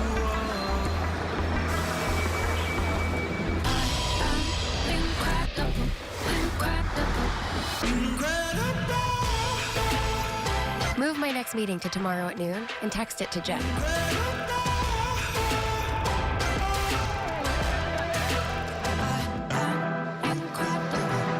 Your Houston Astros are back for 2025. Built for the pursuit of a championship. Come experience the energy, the passion, and the unforgettable moments at Dyken Park.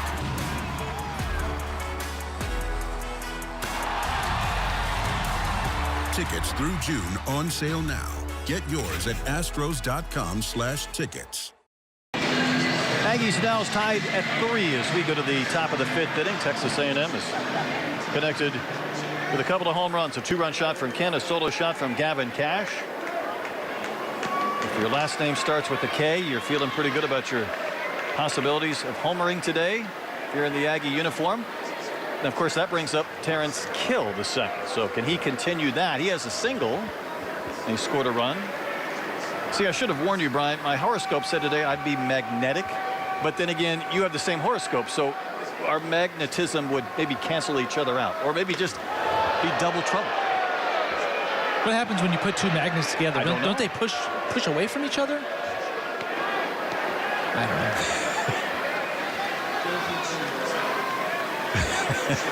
1-0 to Kill.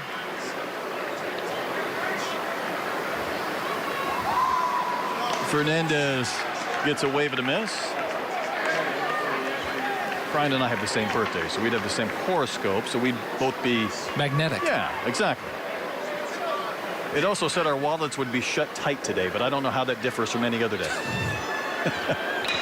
Ground ball again into the shift. This time Boca Chica, the second baseman, makes that play. And listen, when you're going to shift like that, you got to have a pretty strong arm to play second base and stand where the shortstop normally would. One of the things that Jose Cruz Jr. said he really likes about having Boca Chica at second base is that he's a natural shortstop, and part of that has to do with just how he moves around the infield, but also with the ability to still shift and get Boca Chica on the left side of that infield. He's going to have to make longer throws every once in a while as well. Well, here comes Kent. Long 2-run homer in the third, and what we've seen is some multi-homer games. Keelan for Tennessee had a pair. Ace Reese. That ball driven to right. Hit well. Caden Kent, his second homer of the game. It's a monster. An upper tank homer. He becomes the 4th player this weekend to have a 2-homer game. Stallman did it in the previous contest. Caden Kent has done it to go along with Keelan and Reese. There's something in the water at Dyken Park. You couldn't even get it out until Caden Kent had already hit his second home run of the night. And when you're trying to get your team going, you got to look to the guys that come up in big spots, and Caden Kent proved last year in the postseason that he's not afraid of the spotlight. He's not afraid of the big moment. It's a different kind of big moment, but that feels like a huge swing for this A&M team. I feel like I'm talking things into existence. Should talk some money into my wallet. One thing at a time. Laviolette in. We saw Stallman with the 2-homer game, and neither one was cheap in the middle game today. No, some of the lefties that we've seen throughout the course of this tournament, when they catch balls on the pull side, it's been loud noises. Ace Reese had a 2-homer game yesterday, just missed a third. And then Keelan had 2 2-homer games, correct, for Tennessee?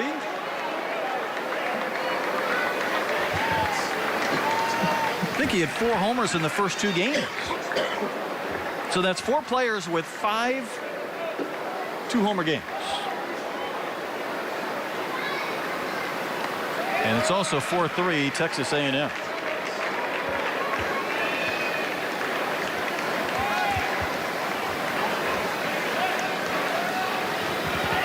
I also feel like the number of balls that have been hit into the upper tank or off that second deck and right that's recessed quite a way feels like a really high number. Pretty good pitch. You know, there's every once in a while that you just get a ball that's hit really high out to right field, and it kind of drops straight down into that first row of the upper deck. Looked like it would have come down about halfway. But that ball that Caden Kent just hit, the ball seemed like it was rising when it hit halfway up the upper deck. Like it took out a seat or a chair. That'll irritate Laviolette, and yet he might get himself a base hit. Sometimes you smoke one and you're out. Other times you dribble and look at the smile. Had he been out, that smile would have been turned upside down, but you can't help but laugh when you're one of the most feared hitters in college baseball and you dribble 125 feet and you get a hit. I'm not going to feel bad about any type of hit like that. Jace Laviolette with the perfectly placed swinging bunt right there. I tell you what, it's been a while since we've seen some A&M hitters smiling on the bases. And sometimes you realize it takes very little to kind of turn that battleship around and maybe relieve some pressure. Hensler had a couple of big swings early when no one else did, really, in the first couple of games for Texas A&M. Now he's getting contributions from Kent and Gavin Cash.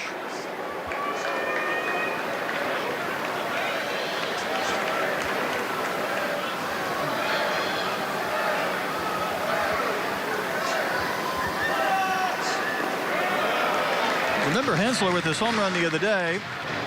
It was number 56 in his career. Hunter Hines didn't homer from Michigan State this weekend. He also has 56, so Hensler can take over that lead. Should he connect again? Took a home run cut, came up empty. And it's 1-2.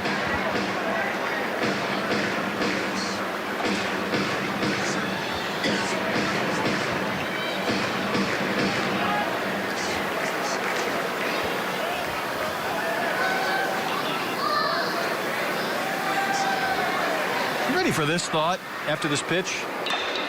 That ball laced in the air, left center field, well struck. That's another home run. Wyatt Hensler has to check with our second base umpire. He says take the grand tour. 57 career home runs. And I keep talking things into existence. And the Aggies have a 6-3 lead. It's contagious, and it's starting to infect this whole lineup right now. You can see the energy in the dugout looks completely different from what we've seen from this A&M team all throughout the weekend. And Wyatt Hensler with that short, quick stroke and big-time power from it. I was getting ready to throw a nugget at you before I paused before the home run, and it still holds true. Every run Texas A&M has scored this weekend has been via the home run. On the home run. Hayden Schott, the batter. Didn't score yesterday. Had a 2-run homer from Hensler back on Friday.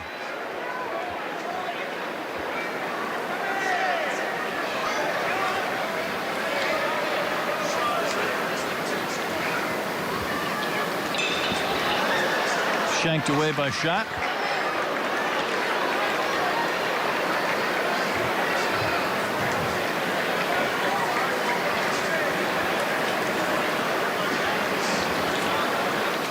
A&M came into this weekend with the 11 homers.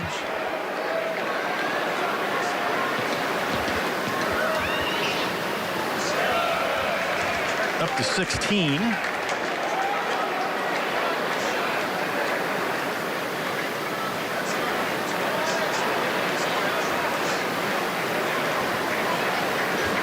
Ball's flying tonight. Activity going in the Rice bullpen. An early 3-0 lead has changed directions. Good pitch. Shot down on strike. Second out of the inning.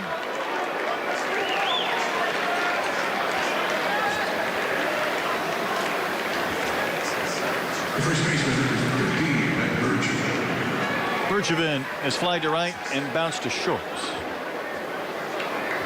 So Fernandez working his way through this lineup for the third time. A pitcher like Fernandez with a little bit of herky-jerkiness to his delivery. You got to think the more these A&M hitters see him, the more comfortable they're going to get. And this third time through the order, it certainly looked that way.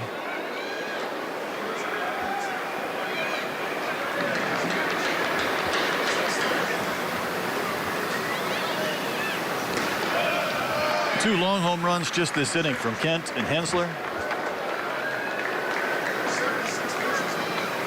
Did Hensler's hit on that ledge in front of the pump, or did it clear? Because he stopped when he got to second base for a split second and wondered. It got onto the ledge and then rolled off.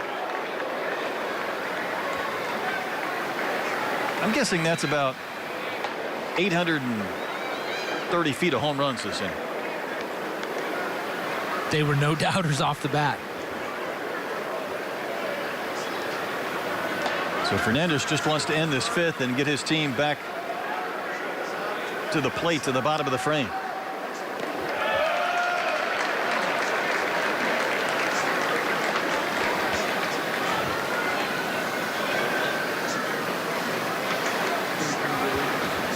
A&M also trying to snap a 4-game losing skid that goes back to last Sunday when they fell to Cal Poly. Hit high in the air, rather deep right center field. Green turning and running way back there. He had to cover a lot of ground to make that grab. Inning over. Caden Kent had his second home run of the game. Hensler had his second home run this weekend. 6-3 Aggies in front.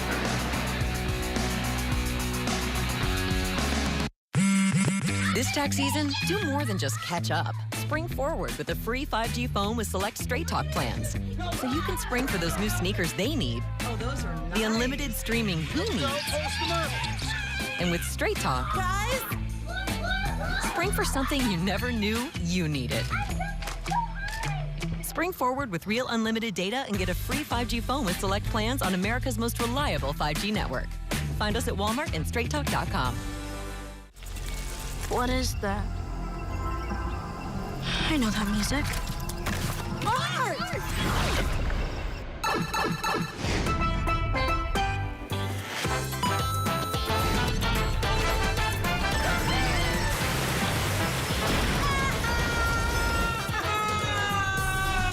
Guys, you gotta see this. One of 5 immersive worlds in Epic Universe, only at Universal Orlando Resort. Vacationing is an art, and the Palm Beaches are your canvas. Stroll along sun-soaked beaches. Unwind at boutique resorts. Explore hidden and not so hidden gems. Here you'll discover a lifestyle that's nothing short of a masterpiece.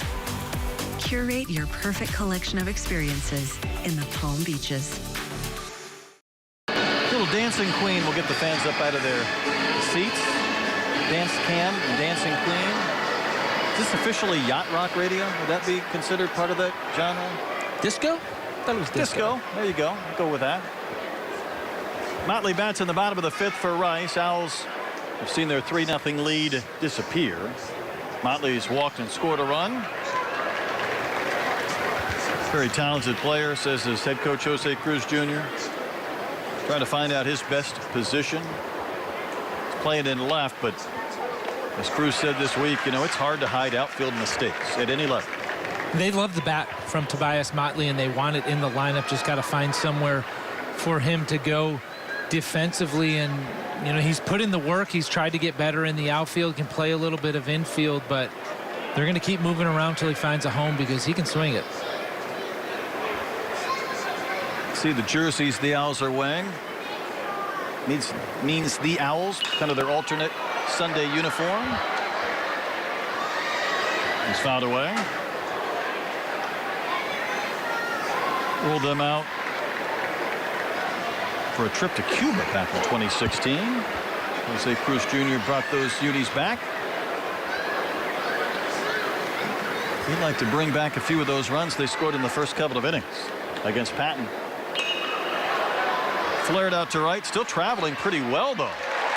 Hill will make the catch as he reaches the track, then continues to the fence. Well, looked like it got in on Motley a little bit. I thought it was just going to be a pretty routine fly ball, but just kept pushing Kill back and back to that warning track. What have you seen out of Patton in these last 3 innings that maybe he wasn't doing enough of in the first couple? Well, he's finishing his pitches. The balls that have gotten hit hard from Patton have been pitches that have flattened out, and then they stay straight and they stay up in the zone. When he kind of gets through the ball, there's some late life in both directions, cut and run, which gets him off the barrel just like that. Not an easy play, but Farr will call off Bergevin and make the catch for the second out. Yeah, we've seen it at times from our center field camera when you see the movement darting in both directions, and it's not gradual, it's some serious movement. You know, you have to make your decision to swing at a pitch before it enters the hitting zone, and you kind of just have to make that assumption of where it's going to end up. And when it has late, sharp, unpredictable movement, your barrel goes to one place and the ball runs off the edge just a little bit, and you get a lot of soft contact. Eldridge has been hit by a pitch, also doubled in a couple of runs in the first. He didn't miss a home run by much, maybe 3-4 feet out there, just a little bit to the left of straightaway center. Pitch runs in and misses. Next one for Miles Patton will be a 75th pitch. So both starters still in this game.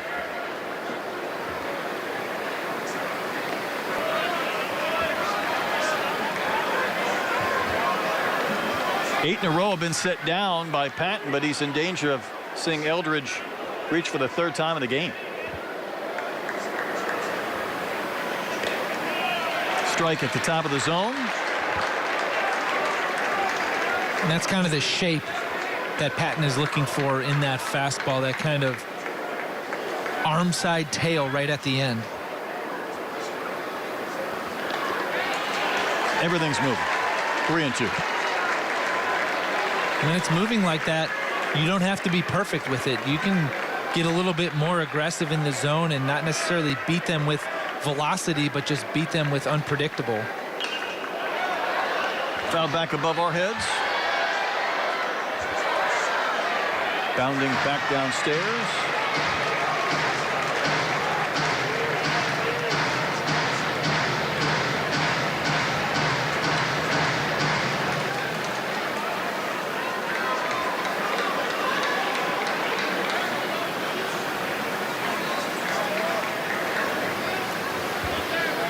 Patton ready with another payoff.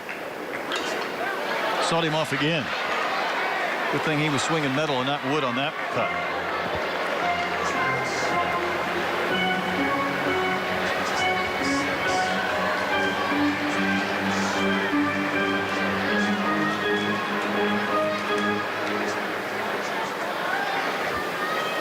Georgia native Barrett Eldridge climbs right back into the box. Another 3-2 pitch on the way. Wave and a miss. 9 in a row set down by Miles Patton. He's calmed the game down as well for Texas A&M. 5 complete. Aggies lead by 3.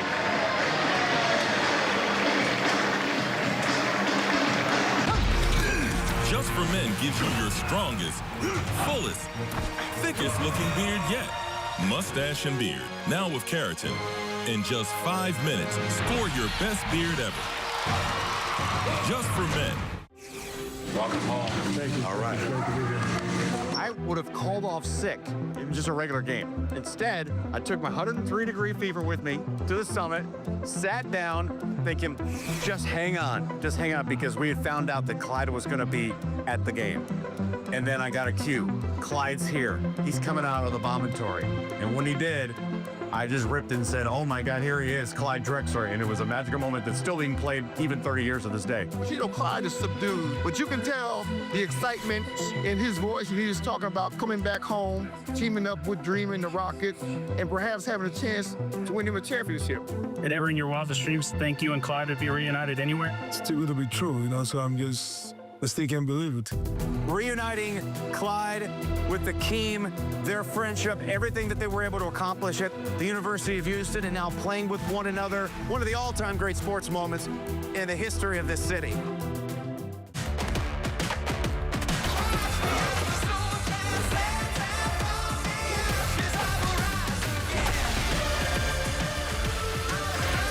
Catch Astros spring training action on Space City Home Network. 6-3, Texas A&M leads as we go to the top of the 6th inning. That's quite a chain that young man's got on right there. Looks like something you get after an interception. Yes, like a turnover chain of some sort. I would agree. Coach Elko can break that thing out. He sees himself up on the big board, which only adds to the fun. And tell you what, wasn't a lot of fun for the first couple of innings for Texas A&M, but it's changed, hasn't it?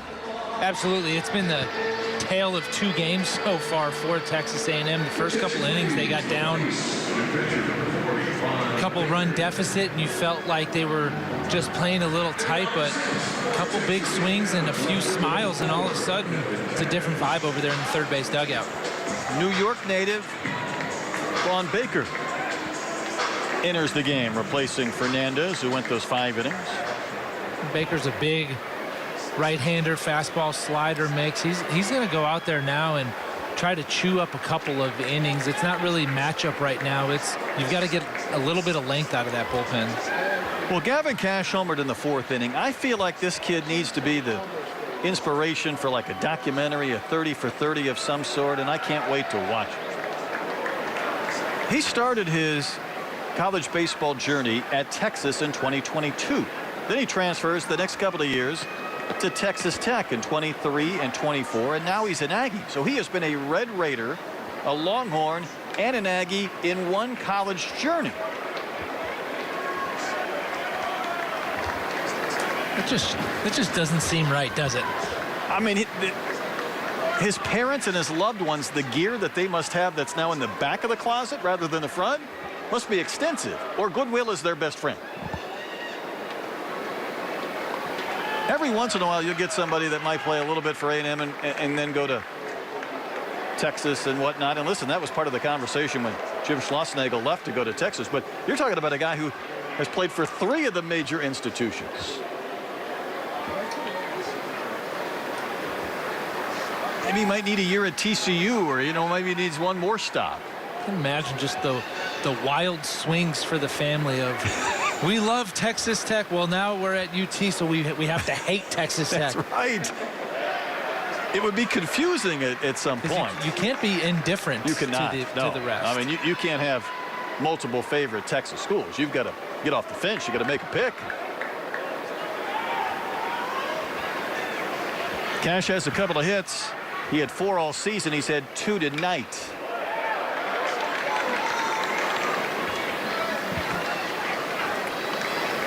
Would be a fun documentary, though, wouldn't it? Kind of tracking this evolution of this career through all the stops. I wonder, as he goes back and plays at those places, what the reception is from the former home crowds. I think they put the remembrance video up on the video board like they do in the NBA. Probably none of that. No, I would agree. Got to wave to the crowd and take it all in.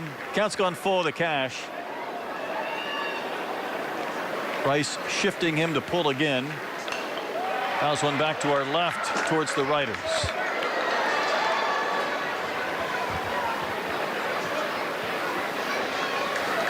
Had a couple of near misses for the Scribes this weekend, and that's probably a good thing.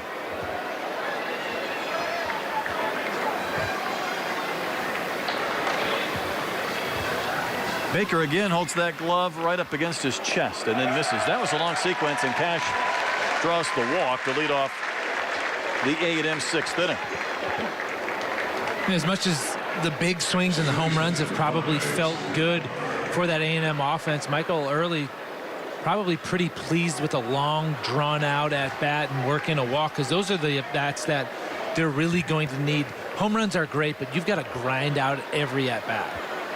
I think you're completely correct. I think just not chasing pitches, fouling a few off, and working an outcome to your favor, big part of kind of coming out of a skid. And Barr will rope one foul at the edge of the Rice dugout. I mean, sometimes hitters can get themselves out when they stop doing that, stop chasing pitches, and either swing at pitches in the zone or take their walks. It's a big step forward. Well, and eventually, you know, when this offense gets right, the depth of the lineup is really going to wear out opposing pitching staffs, and the 1 through 9, the quality at bat 1 through 9 is going to compound, and you're going to get mistakes later on in games. You see that with good offenses all the time. It's not just about an individual at bat, it's about just difficult at bat after difficult at bat on a pitcher, and eventually they crack. And that's what some of these top teams have been able to do. And I think Tennessee was a really good example this weekend. I mean, you can recruit well, develop, you can hit the portal if you have a weakness or two. Pitch finishes down and in, and you can really effort to have that complete lineup or that depth of talent. It's hard to navigate an opposing lineup as a pitcher when everything's difficult, when every pitch is going to be competitive, when every quality pitch is going to be fouled off, when every pitch that you think you make a swing and miss pitch on gets taken for a ball, and you just have to work and work and work. Man, it'll wear you out. Well, here's an example. Baker entered this inning in relief. He's thrown 12 pitches. He's not anywhere near closer to getting it out than he was when he started. And this is only the second batter he's faced.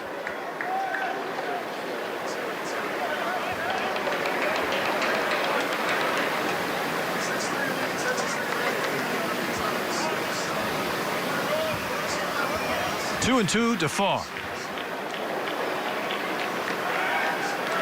A&M now has twice as many hits and twice as many runs, as does Rice.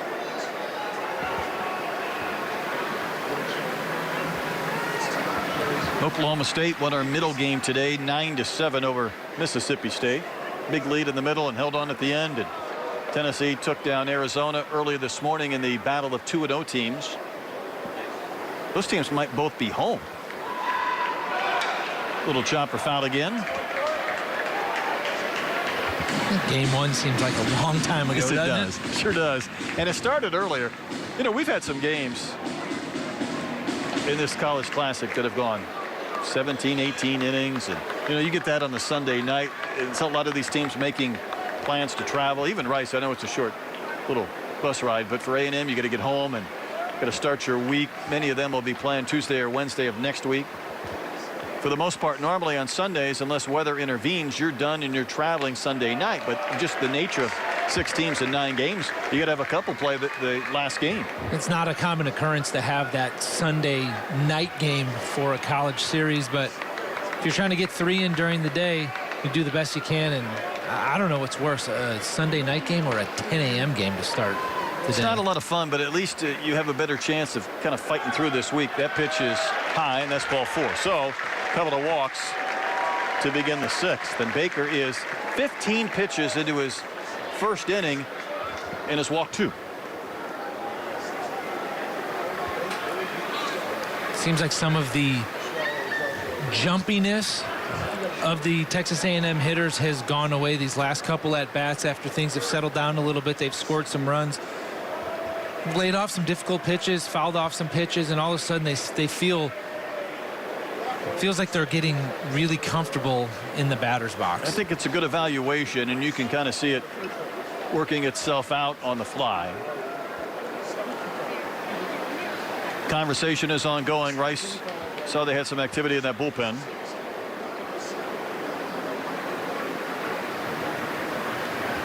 When we had Jose Cruz Jr. on a couple of innings ago, I thought his first answer was pretty honest. Well, it can't get any more difficult schedule-wise than it is this stretch. No, it sure can't. When a team signs up for these tournaments, it's often done a couple of years in advance, so you don't really know who all is going to be in the playing field and what kind of team they're going to have in any given year. And it just so worked out that the tournament they went to down in Puerto Rico and this tournament also had some heavy hitters this season. Galloway shows bunt, takes one outside. I think everybody that's not part of the SEC or Big 12, there's some excitement about being part of what is kind of an SEC Big 12 event. And then that excitement dissipates a bit when you realize you've got to play against them. It's always a good idea, especially teams that play in some of the smaller conferences. You want to get out there and play some of the bigger schools, not just to kind of see where you measure up, but also if you're going to make a run at the postseason, you want to get that RPI number up, maybe get some quality wins in there. But then when you got to go out there and play the games, or you got to come out here and do 3 in a row like Rice has had to do this weekend, it's a lot tougher sometimes than it looked on paper. It is. I tell you what, if the pitching coach just came out, this drives me bananas. You went out there after a couple of walks for a conversation. Galloway 3 times has squared around, whether he's intended to bunt or not, but none of the 3 pitches have been close to give him a chance. When you see that hitter square around, your goal is just throw it down the middle and take your out. 4 straight, not close. So that's 3 straight walks to begin the 6th inning. Now the A&M fans are doing their thing. Here they come. Question is, were they keeping track at the end of Farr's at bat? Is this 5 or 6?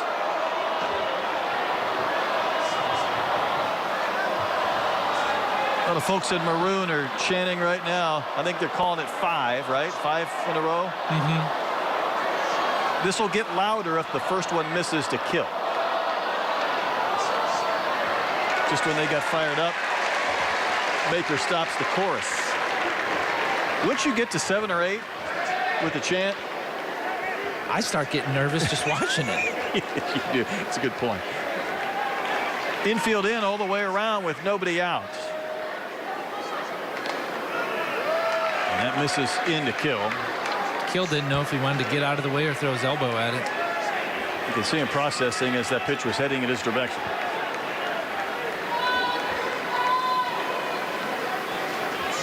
Base is full of Aggies. No place to put Terrence Kill.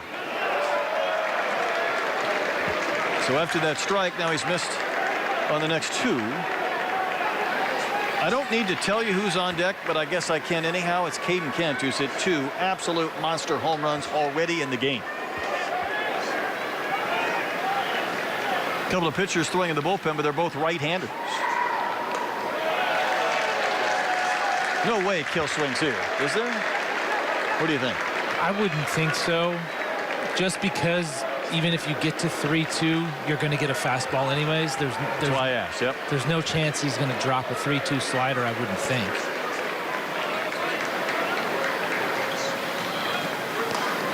My goodness, he swung and it would have been ball 4. That's why I asked again.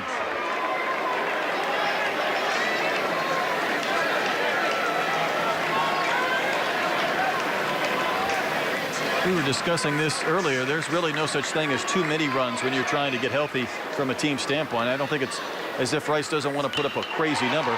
Ground ball past the drawn-in infield and 2 infielders. And 2 Aggies will score on the Kill single. That ball wasn't hit that hard. There were 2 Owls in the vicinity, and yet that ball with eyes snuck through. Rice had the right defense. They had the infielders on the left side of the infield. They had everybody drawn in. Kill just hit it hard enough and in the right spot that it found a way to get into the outfield, and that's 2 more runs for the Aggies. And that is 8 unanswered, and here comes Caden Kent. So he hit the home run, a 2-run shot in the 3rd. That was down the right field line and just torched. The home run in the 5th not only reached the upper tank, it was a few rows in the upper deck in right center.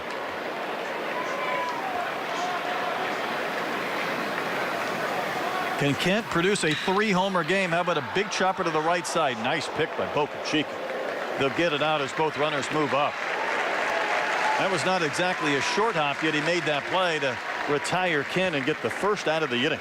You're not lying. That was a big chopper, and Boca Chica going to his left and still having to play the kind of in-between hop right there. Those are some good hands. It's a tough situation right here. Baker, you would think you don't really want to pitch to Laviolette, but he's not shown the ability to come back and throw strikes, so I don't know that you want to intentionally put the bases loaded. Good point, and you've got Hensler on deck who homered earlier. Laviolette takes a strike. He had the single in the first inning, then hit a swinging bunt that went about 20-25 feet that he reached on for a hit in the fifth, and the biggest smile of his weekend was on that dribbler. Well, right now he's trying to take out some seats in the bleachers in right. And yet he gets another swinging tapper. Can he get another one? You've got to be kidding me if you're Les. I bet there's a smile from ear to ear or a look of disbelief on Laviolette. Couldn't buy a hit in a couple of at-bats, and the big smile from the Katy kid saying, I've done this not once but twice in back-to-back ABs. I mean, you don't get 2 of those in an entire season. And you can see Laviolette, he started laughing halfway down to first base. And he gets an RBI as well. It's 9-3 A&M.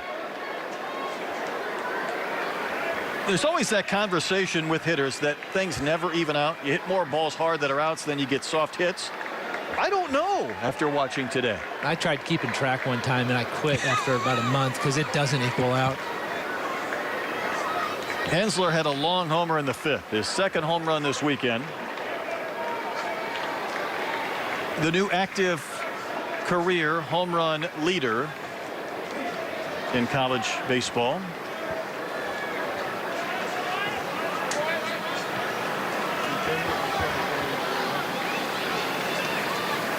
Hensler waves and misses, and he might want to get a little separation in that category from Laviolette because he's going to have some stretches where he might hit 6-7 homers in about 2.5 weeks.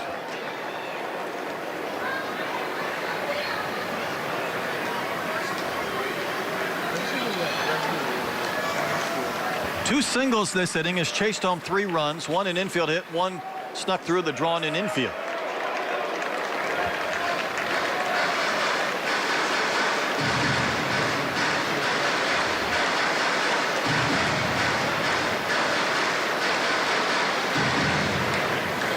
Baker has thrown more balls than strikes, 31 pitches to get an out. He'd love to K. Hensler here or get a ground ball right at an infielder.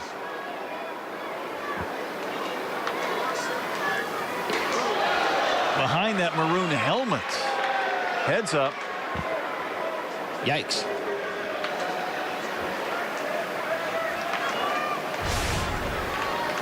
I don't know how Hensler got out of the way of that one. Or got his bat out of the way.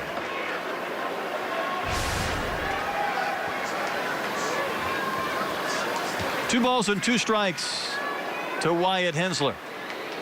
Laviolette running. That's a swinging strike 3. The plate umpire Eric Gaucher makes the call himself, so that's the second out of the inning as Laviolette gets his 3rd stolen base.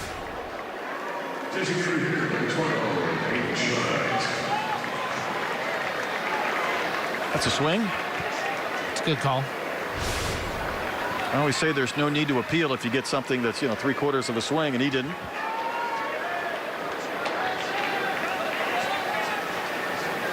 Hayden Schatz 0 for 3. The lead from Kill at third base is starting to bother me only because it's, it's making me nervous.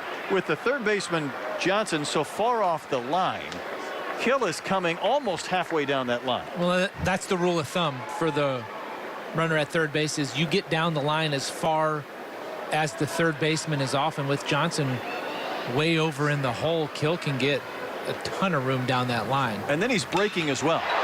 Shot, shoots one down the line and left into the corner near the Crawford boxes. It hits the yellow line and it's gone. Another opposite field shot to the Crawford boxes.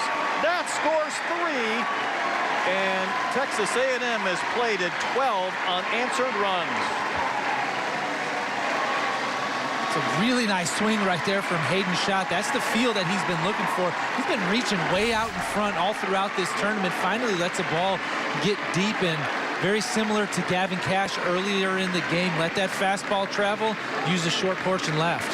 Thought it hit the yellow line and hit a fan's hand in the first row, but a distinction without a difference maybe. It was kind of a fence scraper. And that's an inning in which 6 runs have scored.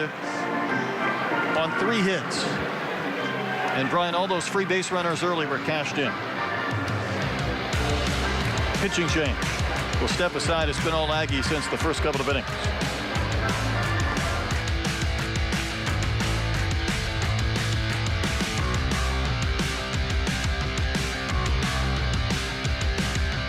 When Emerson asked me to tell the story of their Black Barrel whiskey, they left out the bit where I can't actually tell it.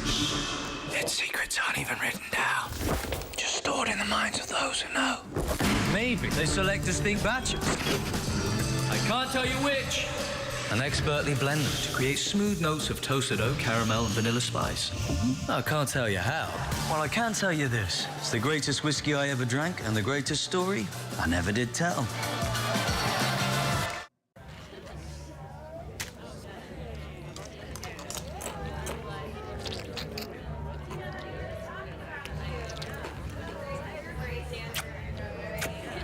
How do you sleep at night? On a mattress from Mattress Firm. So I sleep. Mattress Firm's President's Day sale ends soon. Save up to $700 on Sealy and get a free adjustable base. Get matched at Mattress Firm. Sleep at night. If you're traveling to be surrounded by nature, don't end up surrounded by hotel. Excuse me, coming through.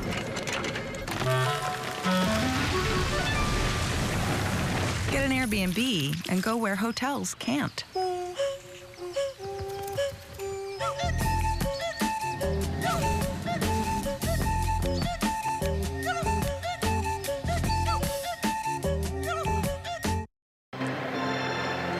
Little panic up here in the booth. There is no number 5 on the Rice roster, but Matt Zatopek, we believe, is the redshirt freshman out of Cyprus. We had him at number 99. Looks like he's wearing number 5 today. But either way, Zatopek's a righty, fastball 93, 94. He'll cut it. He'll use a changeup. And the report says he'll come right after hitters. And that's what Jose Cruz Jr. is looking for, is somebody to go out there and throw strikes, because that hadn't been the case so far this inning. If Zatopek forgot his jersey, somebody could almost go back and get it, right, at Rice? It's not like it's in right College down the road. Station. It's not time zones away, but he will wear number 5. And this is Bergevin, who is the only guy not to bat this inning in what has been a 6-run frame for Texas A&M.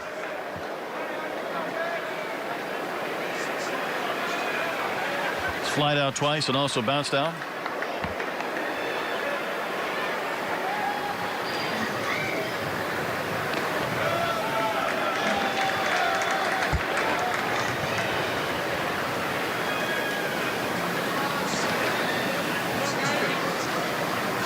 Five home runs tonight for Texas A&M.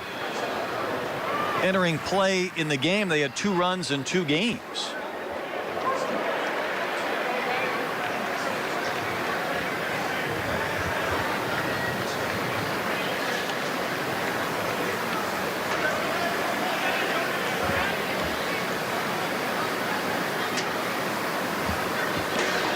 Wave and a miss.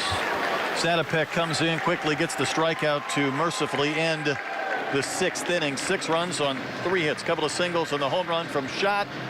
12 unanswered for the Texas A&M Fighting Aggies.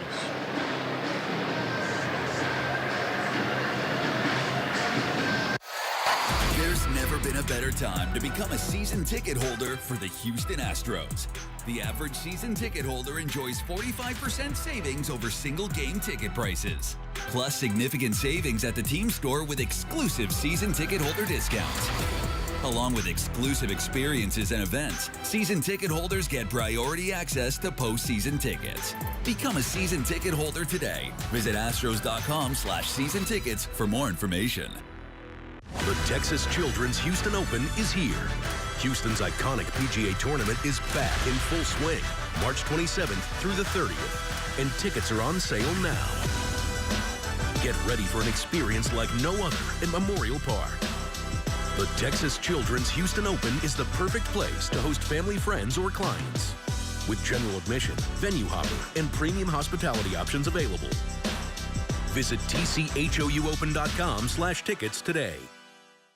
Consumer Reports ranks car brands on more than 50 road tests, reliability surveys, owner satisfaction surveys, and safety ratings from IIHS. And for 2025, Consumer Reports' most reliable automotive brand is Subaru.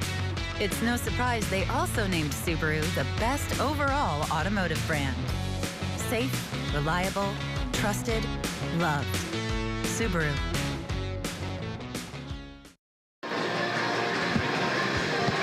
What a beginning for Rice. They led 3-0 after 2 innings. But again, 12 runs for A&M from the 3rd through the 6th. So a new pitcher coming into the game. Miles Patton had retired the last 9 that he faced, but that was about a half-hour, half-inning. And Weston Moss comes on to work. There really hadn't been many chances for the A&M starting pitchers to kind of settle in and have some of those shutdown innings and protect a lead, but that's where Miles Patton found himself the last couple of innings that he was out there, and he did a really nice job settling in and continuing to throw up zeros so that that offense can go out and kind of have a little bit of a breakout that they've had today. If you would have told Texas A&M before the weekend you're going to go 1-2, and again there's still innings to play here, that would have been met with probably a scorned look. But considering these last couple of games have not been the least bit of fun, I guess one way one win appeases you a bit is to have a lot of guys come out of skids at the same time. We've got to have a short memory if you're going to be a successful baseball player. And, you know, even though you go through a tough stretch of 4 or 5 games, if you have just one game to end the weekend where you swing the bats pretty well, go home and just think about that. You don't have to think about what all happened before. There's a lot of guys who've done a lot of really nice things at the plate today for the Aggies. Austin Epley, pinch hitting, looks at a strike from Moss. You know, we were talking about Berkman earlier, and Lance is a pretty quotable guy. He was during his time frame, and there's a lot of things he said, whether it was in casual conversation or to reporters, that I still kind of quote to this day. And I think it kind of speaks to your point, because, you know, he was an incredible hitter during his time frame here, and you'd have a couple of at-bats at the end of your game, and he would go home and kind of stew on those, and he would say, your confidence is only as good as your last couple of at-bats. And I'd say, well, Lance, my goodness, you've had one great year after another. You mean 2 or 3 at-bats might have you going home at night kind of shaking your head? And the answer was yes, and you probably would agree with me on that. But the same thing goes then when you get a couple of good at-bats. Maybe there's the thought, well, I got to go now. I'm good, or I'm better than I was an hour ago or 2 hours ago. It's funny, you have to be incredibly mentally strong to be able to hit, to be able to go through as much failure and keep moving forward. But that confidence is so fragile as well. Mile-high pop-up with the roof open. The winds died down halfway through this game, so an easy play for Laviolette, who retires the pinch hitter Epley for the first out in the 6th. But it's why process is so important. If you ride the ups and downs of a season, it'll drive you crazy. But if you can kind of take solace in the fact that I have a good program that I go through on a daily basis, I trust my cage work, I trust the work that I put in the cage before the game, you don't necessarily have to rely on just getting results to feel good about the direction in which your swing is moving. No, it's well explained. This is Carlson pinch hitting. Got the home run on the season. Good pitch from Moss for a strike. 35 at-bats on the season for Carlson.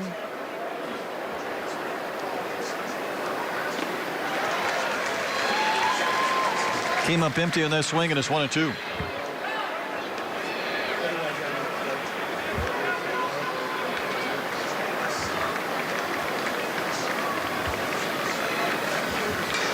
Rice's last hit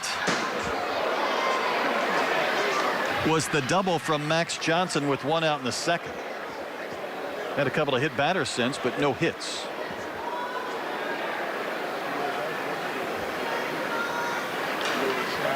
Fouled again right at the plate. Count holds at 1-2. Well, and at that point, too, it felt like we were going to potentially be looking at a low-scoring game, and Rice possibly having the ability to just tack on a couple more runs might potentially be enough, but it's just been an outbreak of runs for A&M. Wave and a miss by Carlson, and Rice doesn't need to score any more runs to avoid the run rule, but if A&M would score a run in the 7th, assuming Rice doesn't score in the 6th, then you're in that category. And that's what happened to Rice late in the game on Friday against Mississippi State. Yeah, it's always something that kind of sneaks up on you. You get so caught up in just the flow of the game, and all of a sudden you look up, and if it's double digits late, that's it. Zito, the batter, 0 for 2. Line to center his last time in.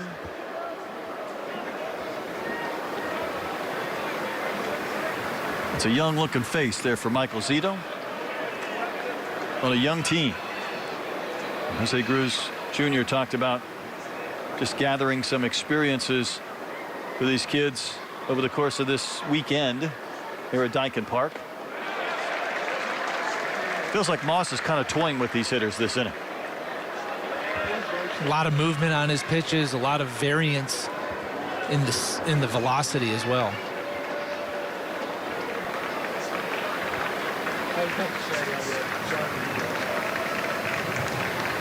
Wines with 3 in the pitch timer. Throws one to the backstop.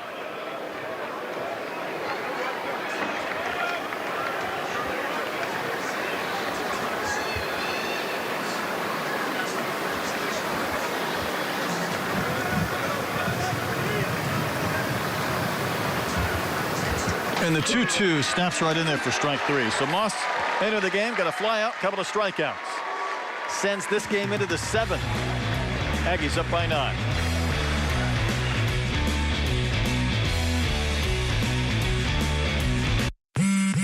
This tax season, do more than just catch up. Spring forward with a free 5G phone with select Straight Talk plans. So you can spring for those new sneakers they need. Oh, those are nice. The unlimited streaming he needs. And with Straight Talk, guys, spring for something you never knew you needed.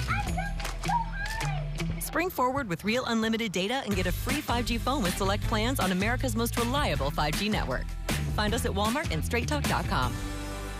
When Emerson asked me to tell the story of their Black Barrel whiskey, they left out the bit where I can't actually tell it. Its secrets aren't even written down, just stored in the minds of those who know. Maybe they select distinct batches. I can't tell you which. And expertly blend them to create smooth notes of toasted oak, caramel, and vanilla spice. I can't tell you how. Well, I can tell you this. It's the greatest whiskey I ever drank and the greatest story I never did tell.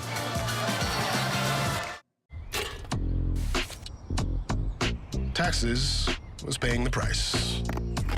Every single year. Now taxes is TurboTax, beating your last Tax Pro's price. Switch to a TurboTax expert now. We'll beat your last Tax Pro's price and get you the most money back, guaranteed. Now this is taxes. Intuit TurboTax. Aggie fans don't need reasons to sway, but those boys were going back and forth with the little Garth Brooks over the PA here at Daikin Park. Hey, there's a football helmet. We were wondering if we had one in the building with the football being thrown in the bullpen. Yeah, we got a ball for you. Just head down to the Aggies bullpen. Perfect. We'll put these two together. It'll work out nicely.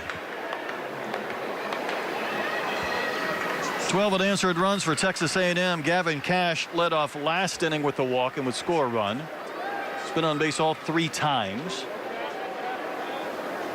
Zatopek faced one batter, got a strikeout in last inning. Fan in the first row ducked. She was scared. That ball on a bounce was coming right back to her, and she didn't trust that the net was going to save her. Better safe than sorry, I guess. Can't trust the net or the wall, I guess. Woman in the hat right behind Cash. She wanted no part of that.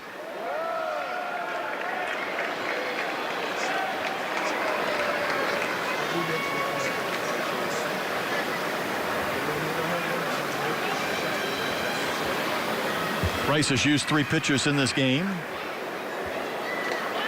High again, 3-0.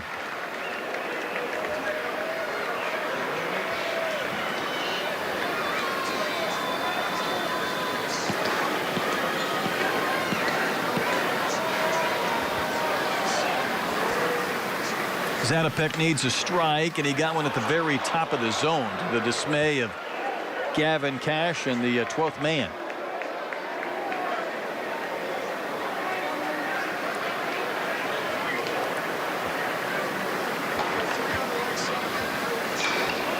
Fouled back to our left and out of play, so Zatopek has battled back from 3-0 to send it to 3-2.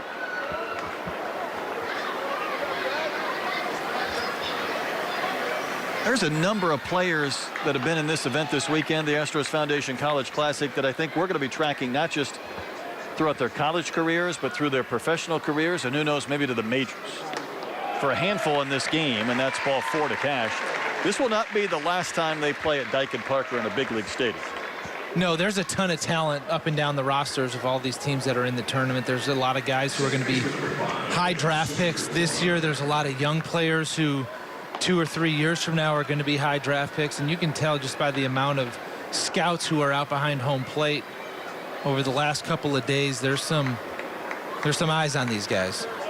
As well there should be. Farr walked last inning and scored, and that one runs way in. It's not an easy day for the scouts, though, because, you know, you get all this talent, all these teams in games, but that's 9 games in a weekend. It's a lot of reports to file. Boy. A lot of information to tabulate. Over but low, 2-0.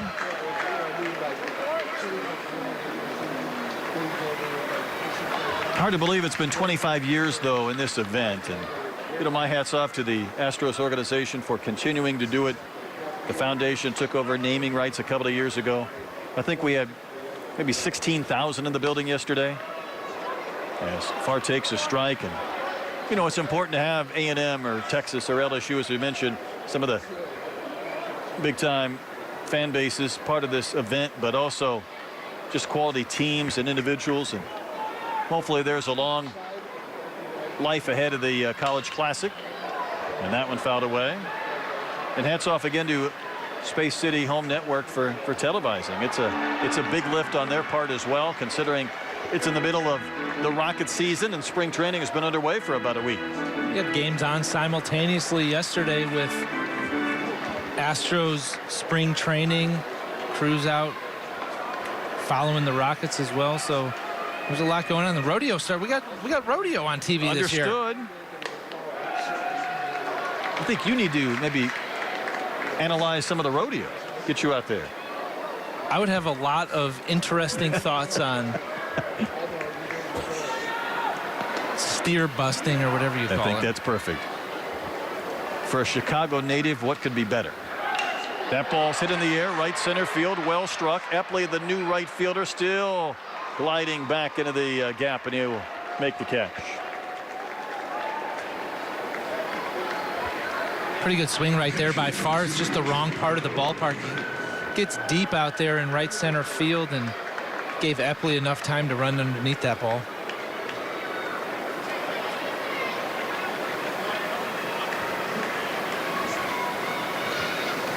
Galloway also walked and scored last inning. First 3 batters walked. All 3 scored, and then a few more as well.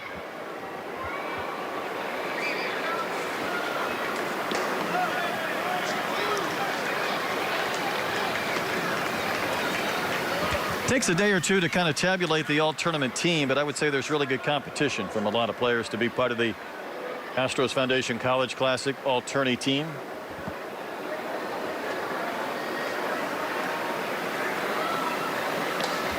Pitch is in.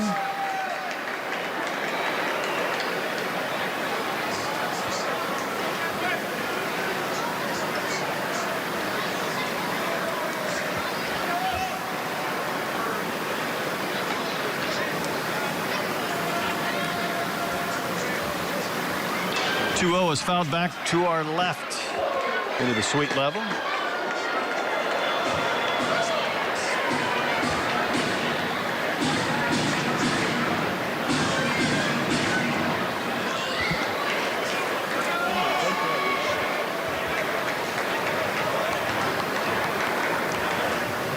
One on, one out in the top of the 7th. 12 straight runs by Texas A&M. Didn't miss by much, but enough to send the count to 3-1.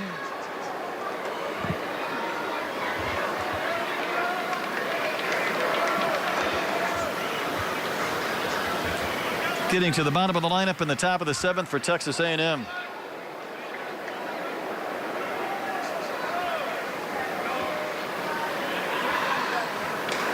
Up and in, ball 4, so a couple of walks.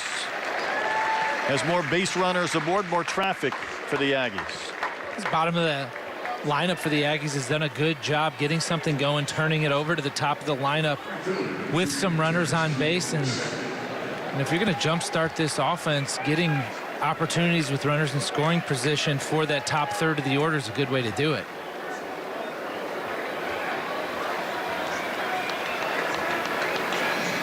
Texas A&M did not record a walk through 5 innings. They've had 5 in the last inning plus, inning and a third. Kills had a couple of singles, takes a strike, scored a couple of runs, knocked in a pair of runs from that 9-hole.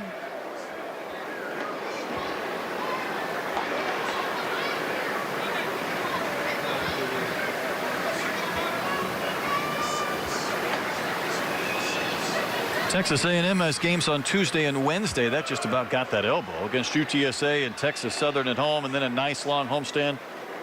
New Mexico State, Prairie View, Alabama comes in on March 14th. That's when SEC play begins, and I would imagine conference play over a majority of the different leagues. Do you think it's going to be fun when A&M goes to Texas on April 25th for a 3-game series? A lot of emotions going to be in that game. Right? That's a lot putting in that stew and stirring it up. Those are big games to begin with, let alone having Schloss jump from one to the other over the offseason. And those will be meaningful conference games late in the year too. So, you know, you're just trying to win a series, and everything else that goes into that will be kind of the appetizer. 2 balls and 2 strikes to kill. Kent on deck. You'd have another shot at a 3-homer game. Ripped down the line and left, but it's foul. Hit that side rail and propelled up into the seats. Kill was trying to use a little bit of body language to keep that ball fair, but just a little bit too far out front. The fan is really pleased with himself. You don't get ovations when you pick it up. You have to catch it. You can't pick it up at your feet and expect people to applaud for you. That is the rules of foul ball catching. Nobody's impressed if you just go pick a ball up off the ground. We could all do that.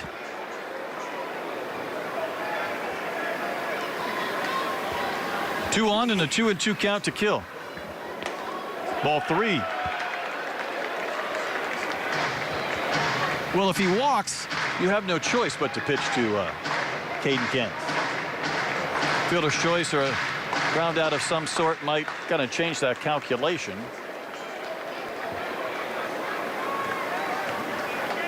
Counts full, payoff pitch.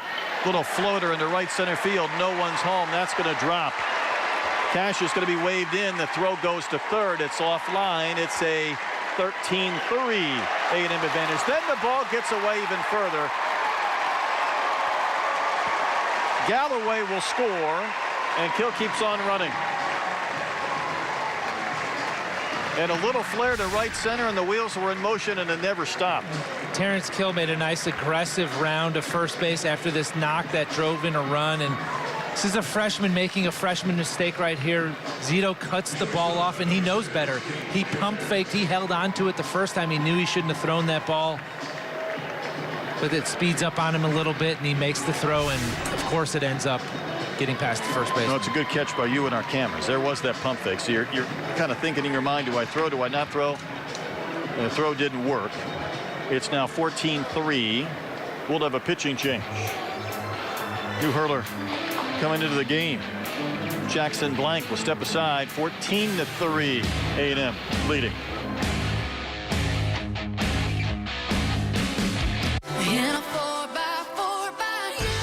In Texas, we don't just drive trucks, we drive legends.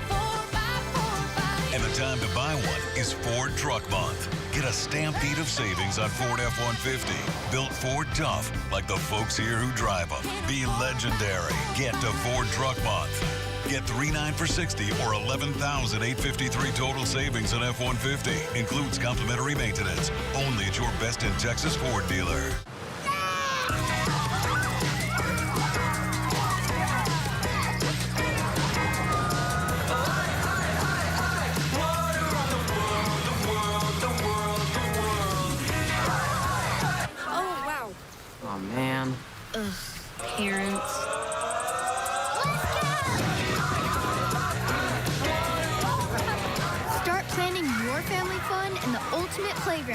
Visit California.com. This tax season, do more than just catch up. Spring forward with a free 5G phone with select Straight Talk plans. So you can spring for those new sneakers they need. Oh, those are nice. The unlimited streaming he needs. And with Straight Talk, spring for something you never knew you needed. Spring forward with real unlimited data and get a free 5G phone with select plans on America's most reliable 5G network. Find us at Walmart and StraightTalk.com. Rice has gone to the bullpen. Bring it on their fourth pitcher of the game. It's Jackson Blank, a sophomore from Magnolia. Jackson Blank, 4-pitch mix, fastball, curveball, cutter, changeup, low 90s with the fastball. He's a guy that they think might potentially get in the mix for some spot starts, but right now he's in the bullpen, and right now they just need somebody who can finish this game. Well, the batter is Caden Kent, and Brian, he has 2 homers. You do a quick Google check as Caden walks to the plate. The question simply was, did Jeff Kent ever have a 3-homer game? And it says yes. Jeff Kent hit 3 home runs in a game once in the 2004 National League Championship Series. It's a big stage. Kent has had 2 no-doubt home runs today. You get a homer on that one. That bounced 5 or 6 feet in front of the plate. Need a 9-iron for that one.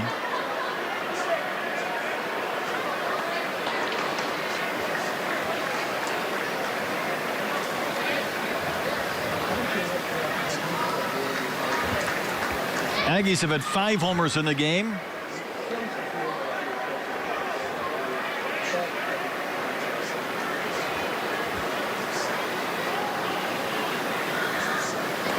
That was not close either.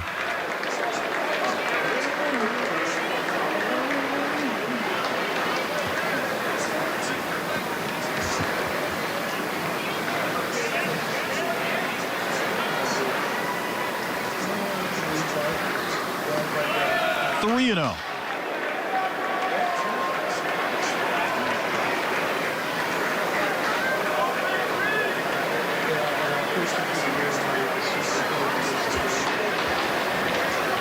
So Blank is misfired on all 4 to Kent. He will draw the walk, and boy, the free passes have just been an impactful sequence. And here comes the Aggie faithful.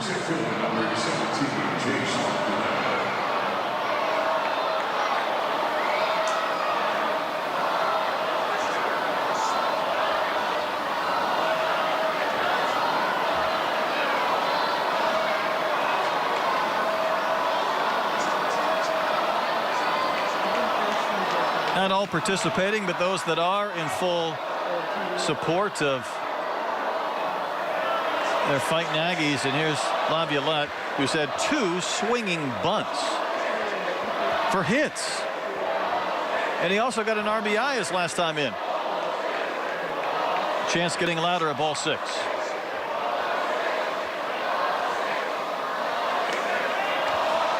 I'll just let them take over. And the baseball gods have done all they can to try to get Jace Laviolette going. They've given him a couple swinging bunts. They got him in a situation now where a pitcher's going to have to just come to him.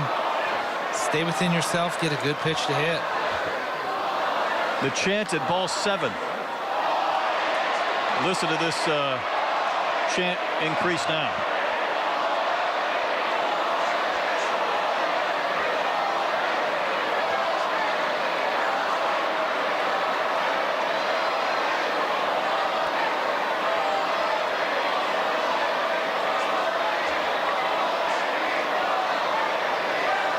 And I think sometimes you break the chant by going to the mound. Or you just let him chant even longer. I sense they'll fire it back up at some point. Right now for Rice as well, this is run rule territory, Brian, so it's an 11-run lead. Rice would get to bat in the bottom of the 7th, but Aggies may not be done scoring.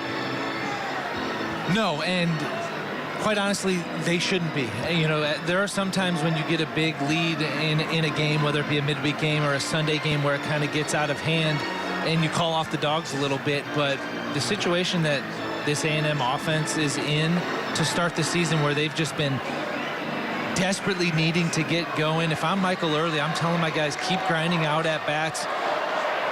You still have the green light to swing. We're not taking, we're just going, because not only you're trying to get your stats right, you're trying to get your confidence right. The chant resumes. Are we at 8?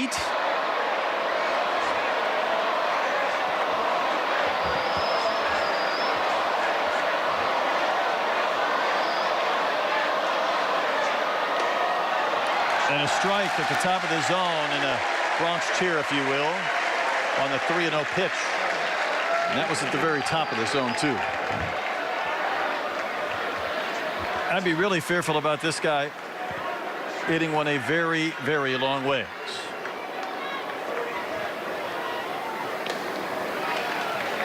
And that's in. That's ball 4.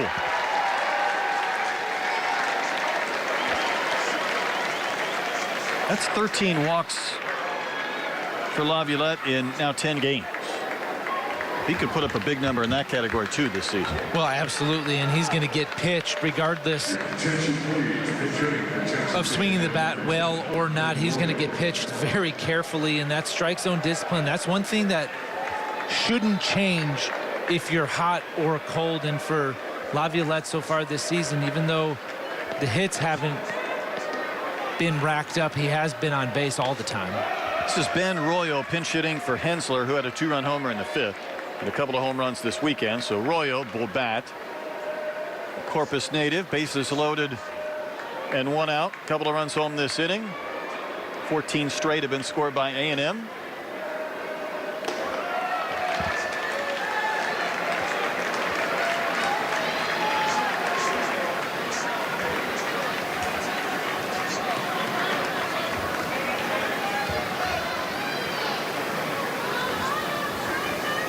Blank has walked both that he's faced. 10 balls, 1 strike. Ooh. Chance going to resume soon. 11 of his 12 have been out of the zone.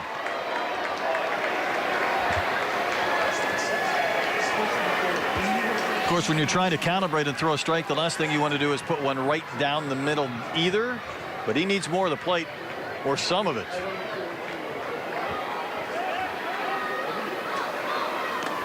Good pitch.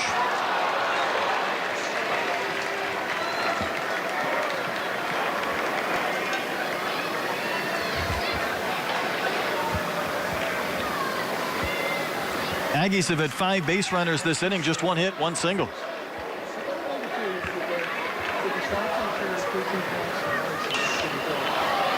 Popped up. That'll be an infield fly. Okachika makes the catch anyhow. 2 outs.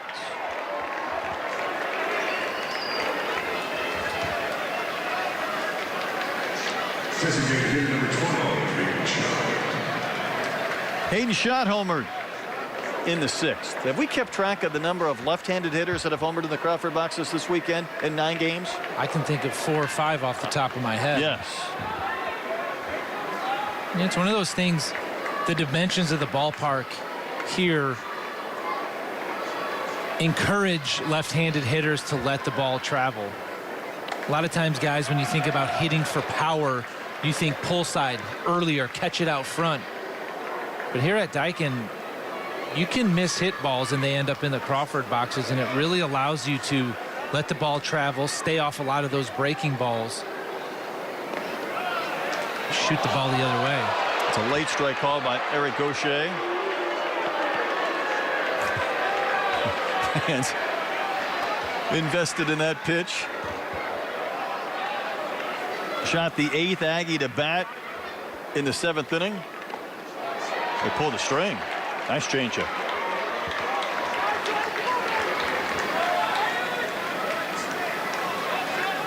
He got the pop up for the 2nd out. He's jumped ahead in the count to Schott, 1-2.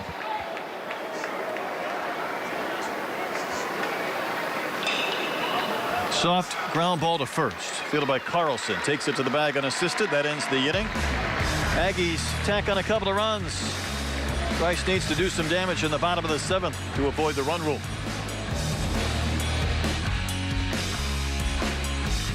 I work with HomeLight to get the best deals for my clients. Whether you're looking to sell for the right price or hunting for that dream home, let's make your real estate experience smooth and rewarding. Start your journey at homelight.com today. All right, Max. Today's the big day. First day on the job. Time to shine. I got this, right? I wonder if I should have gone with a bow tie. Nah, this tie says professional, but approachable. Perfect combo for a guide dog. I hope my human is kind and loving. 2 years of training, hard work, and fun.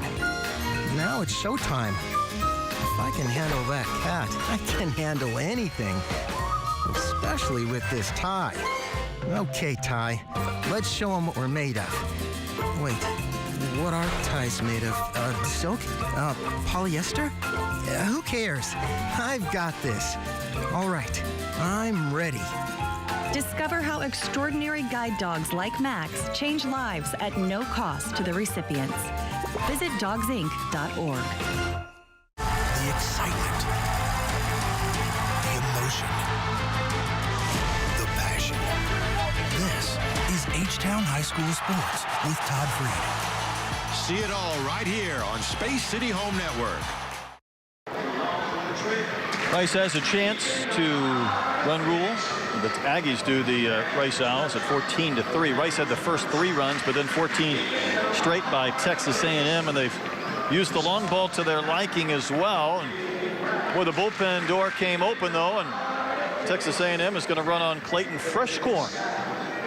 Freshcorn is a JUCO transfer. He's got a big-time fastball, 96, 97 miles an hour, slider and changeup to go with it. He was on the wrong side of that 9th inning Friday against the Arizona Wildcats, so he's looking for a little bit of a bounce-back outing here. He came on with a runner at second and nobody out, and gave up 3 singles. One was of the infield variety. A couple were off gloves of infielders where he's hit just the right spot. Kind of interesting, though, that he'd be right back in this game, but sometimes you just want to get that good feeling, that good mojo for your pitchers as well.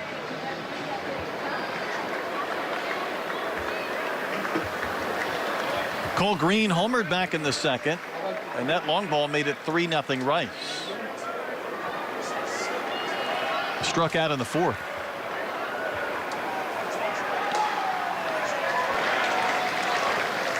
So Caden Kent, the leadoff hitter for A&M, has come to the plate 5 times. For Cole Green, just his 3rd plate appearance of the game. Because since that 2nd inning, Rice hasn't had a hit in the last 4. 0-2. That fastball jumps out of Freshcorn's hand. I was thinking the same thing. Well, they popped the glove of Galloway.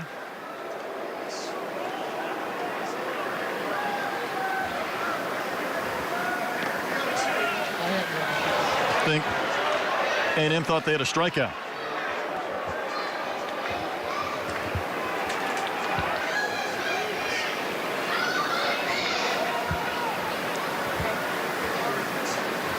Freshcorn's 1-2 fouled away.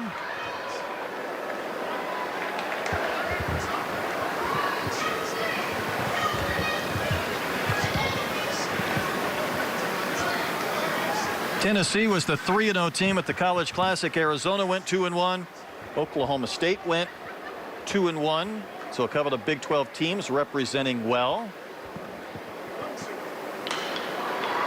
Little flare out towards right, falling for a base hit off the bat of Green. It's a nice swing by a young hitter right there. He gets down in the count early, gets a pitcher with pretty big time stuff, and just shorten up with 2 strikes and poke at a ball and find some green out there. He was down 0-2 in a blink of an eye, and then on his way back to getting the base hit. Johnson's 0 for 2. He had a double in the second. That was the last hit before that single from Green just now.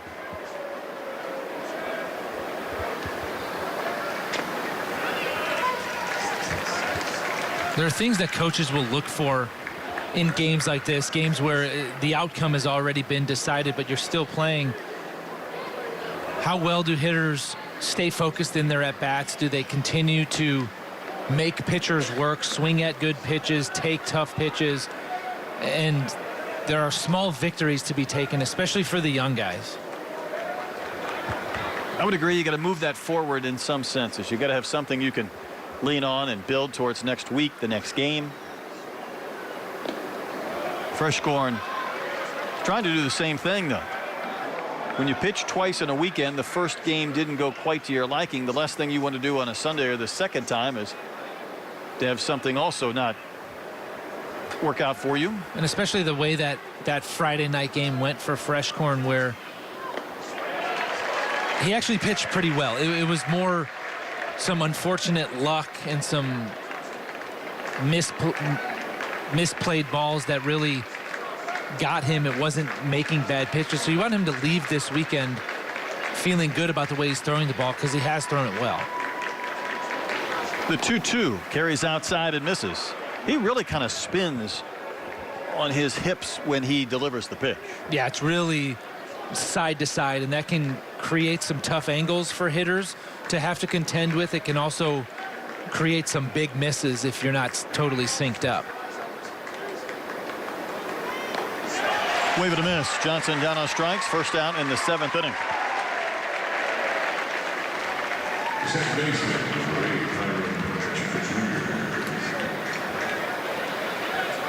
Pinch hitter for Rice. This is Jacob Devaney.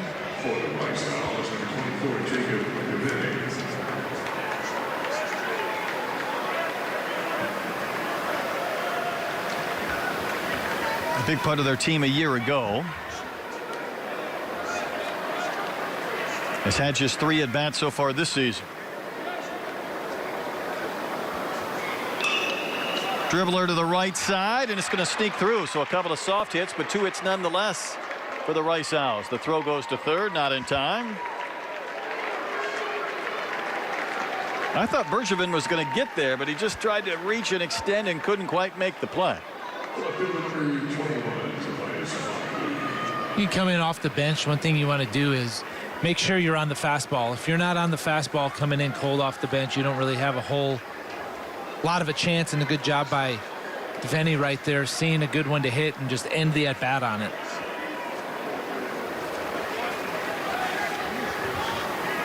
Two-hole hitter Tobias Motley walked and scored way back in the first. He's struck out fly to right.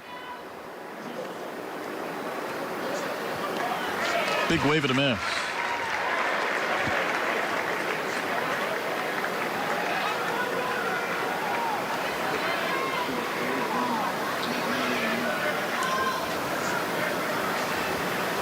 Owls on the corners with 1 out.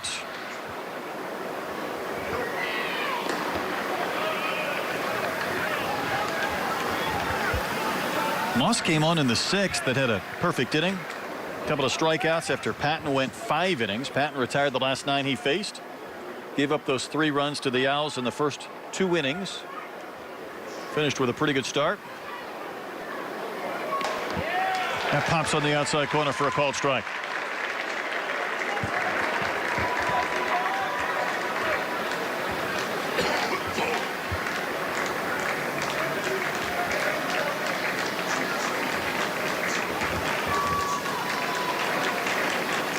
Freshcorn's big leg kick and the pitch, swung on and missed. Couple of Ks in the inning.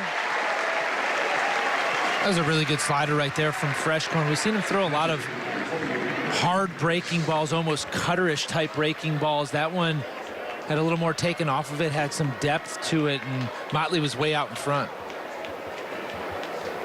This leg kick of his is not Bronson Arroyo, but I mean, he really gets some lift on that front leg. It's up there. Landon West bats with a couple of teammates on base. Pitch at the top of the zone for a called strike. It might be close to Arroyo now that I see it more and more. Doesn't have the same full extension of the leg. There's a little bend in the knee. Bronson had the leg go straight out on the way up. He almost tucks that kneecap though to his chest.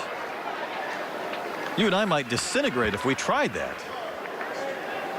I'd need all kinds of physical therapy the next day if I did that leg kick. 1-1 the count to West. 0 for 2 with the sacrifice bunt that came way back in the first. pop up, but it should find the seats and will.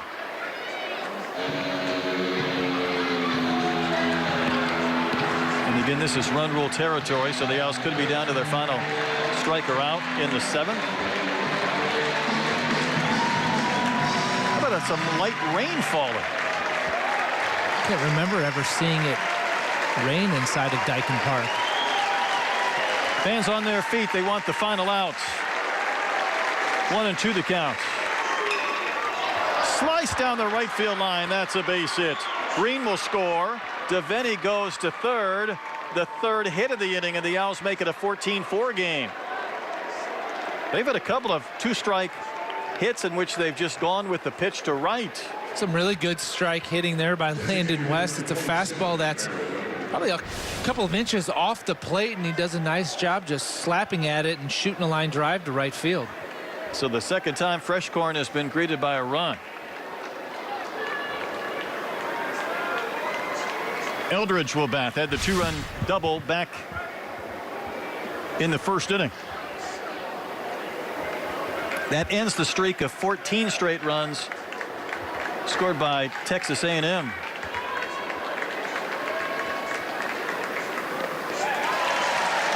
Big hack by Eldridge on the low pitch for strike 1.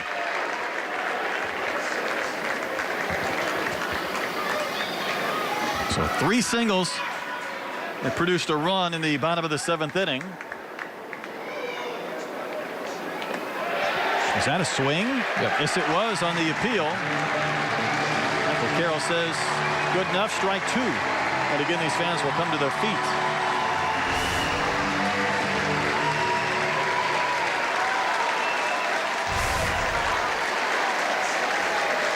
See what Freshcorn wants to do. 0-2. He's going to get the swinging strike 3. That ends the game.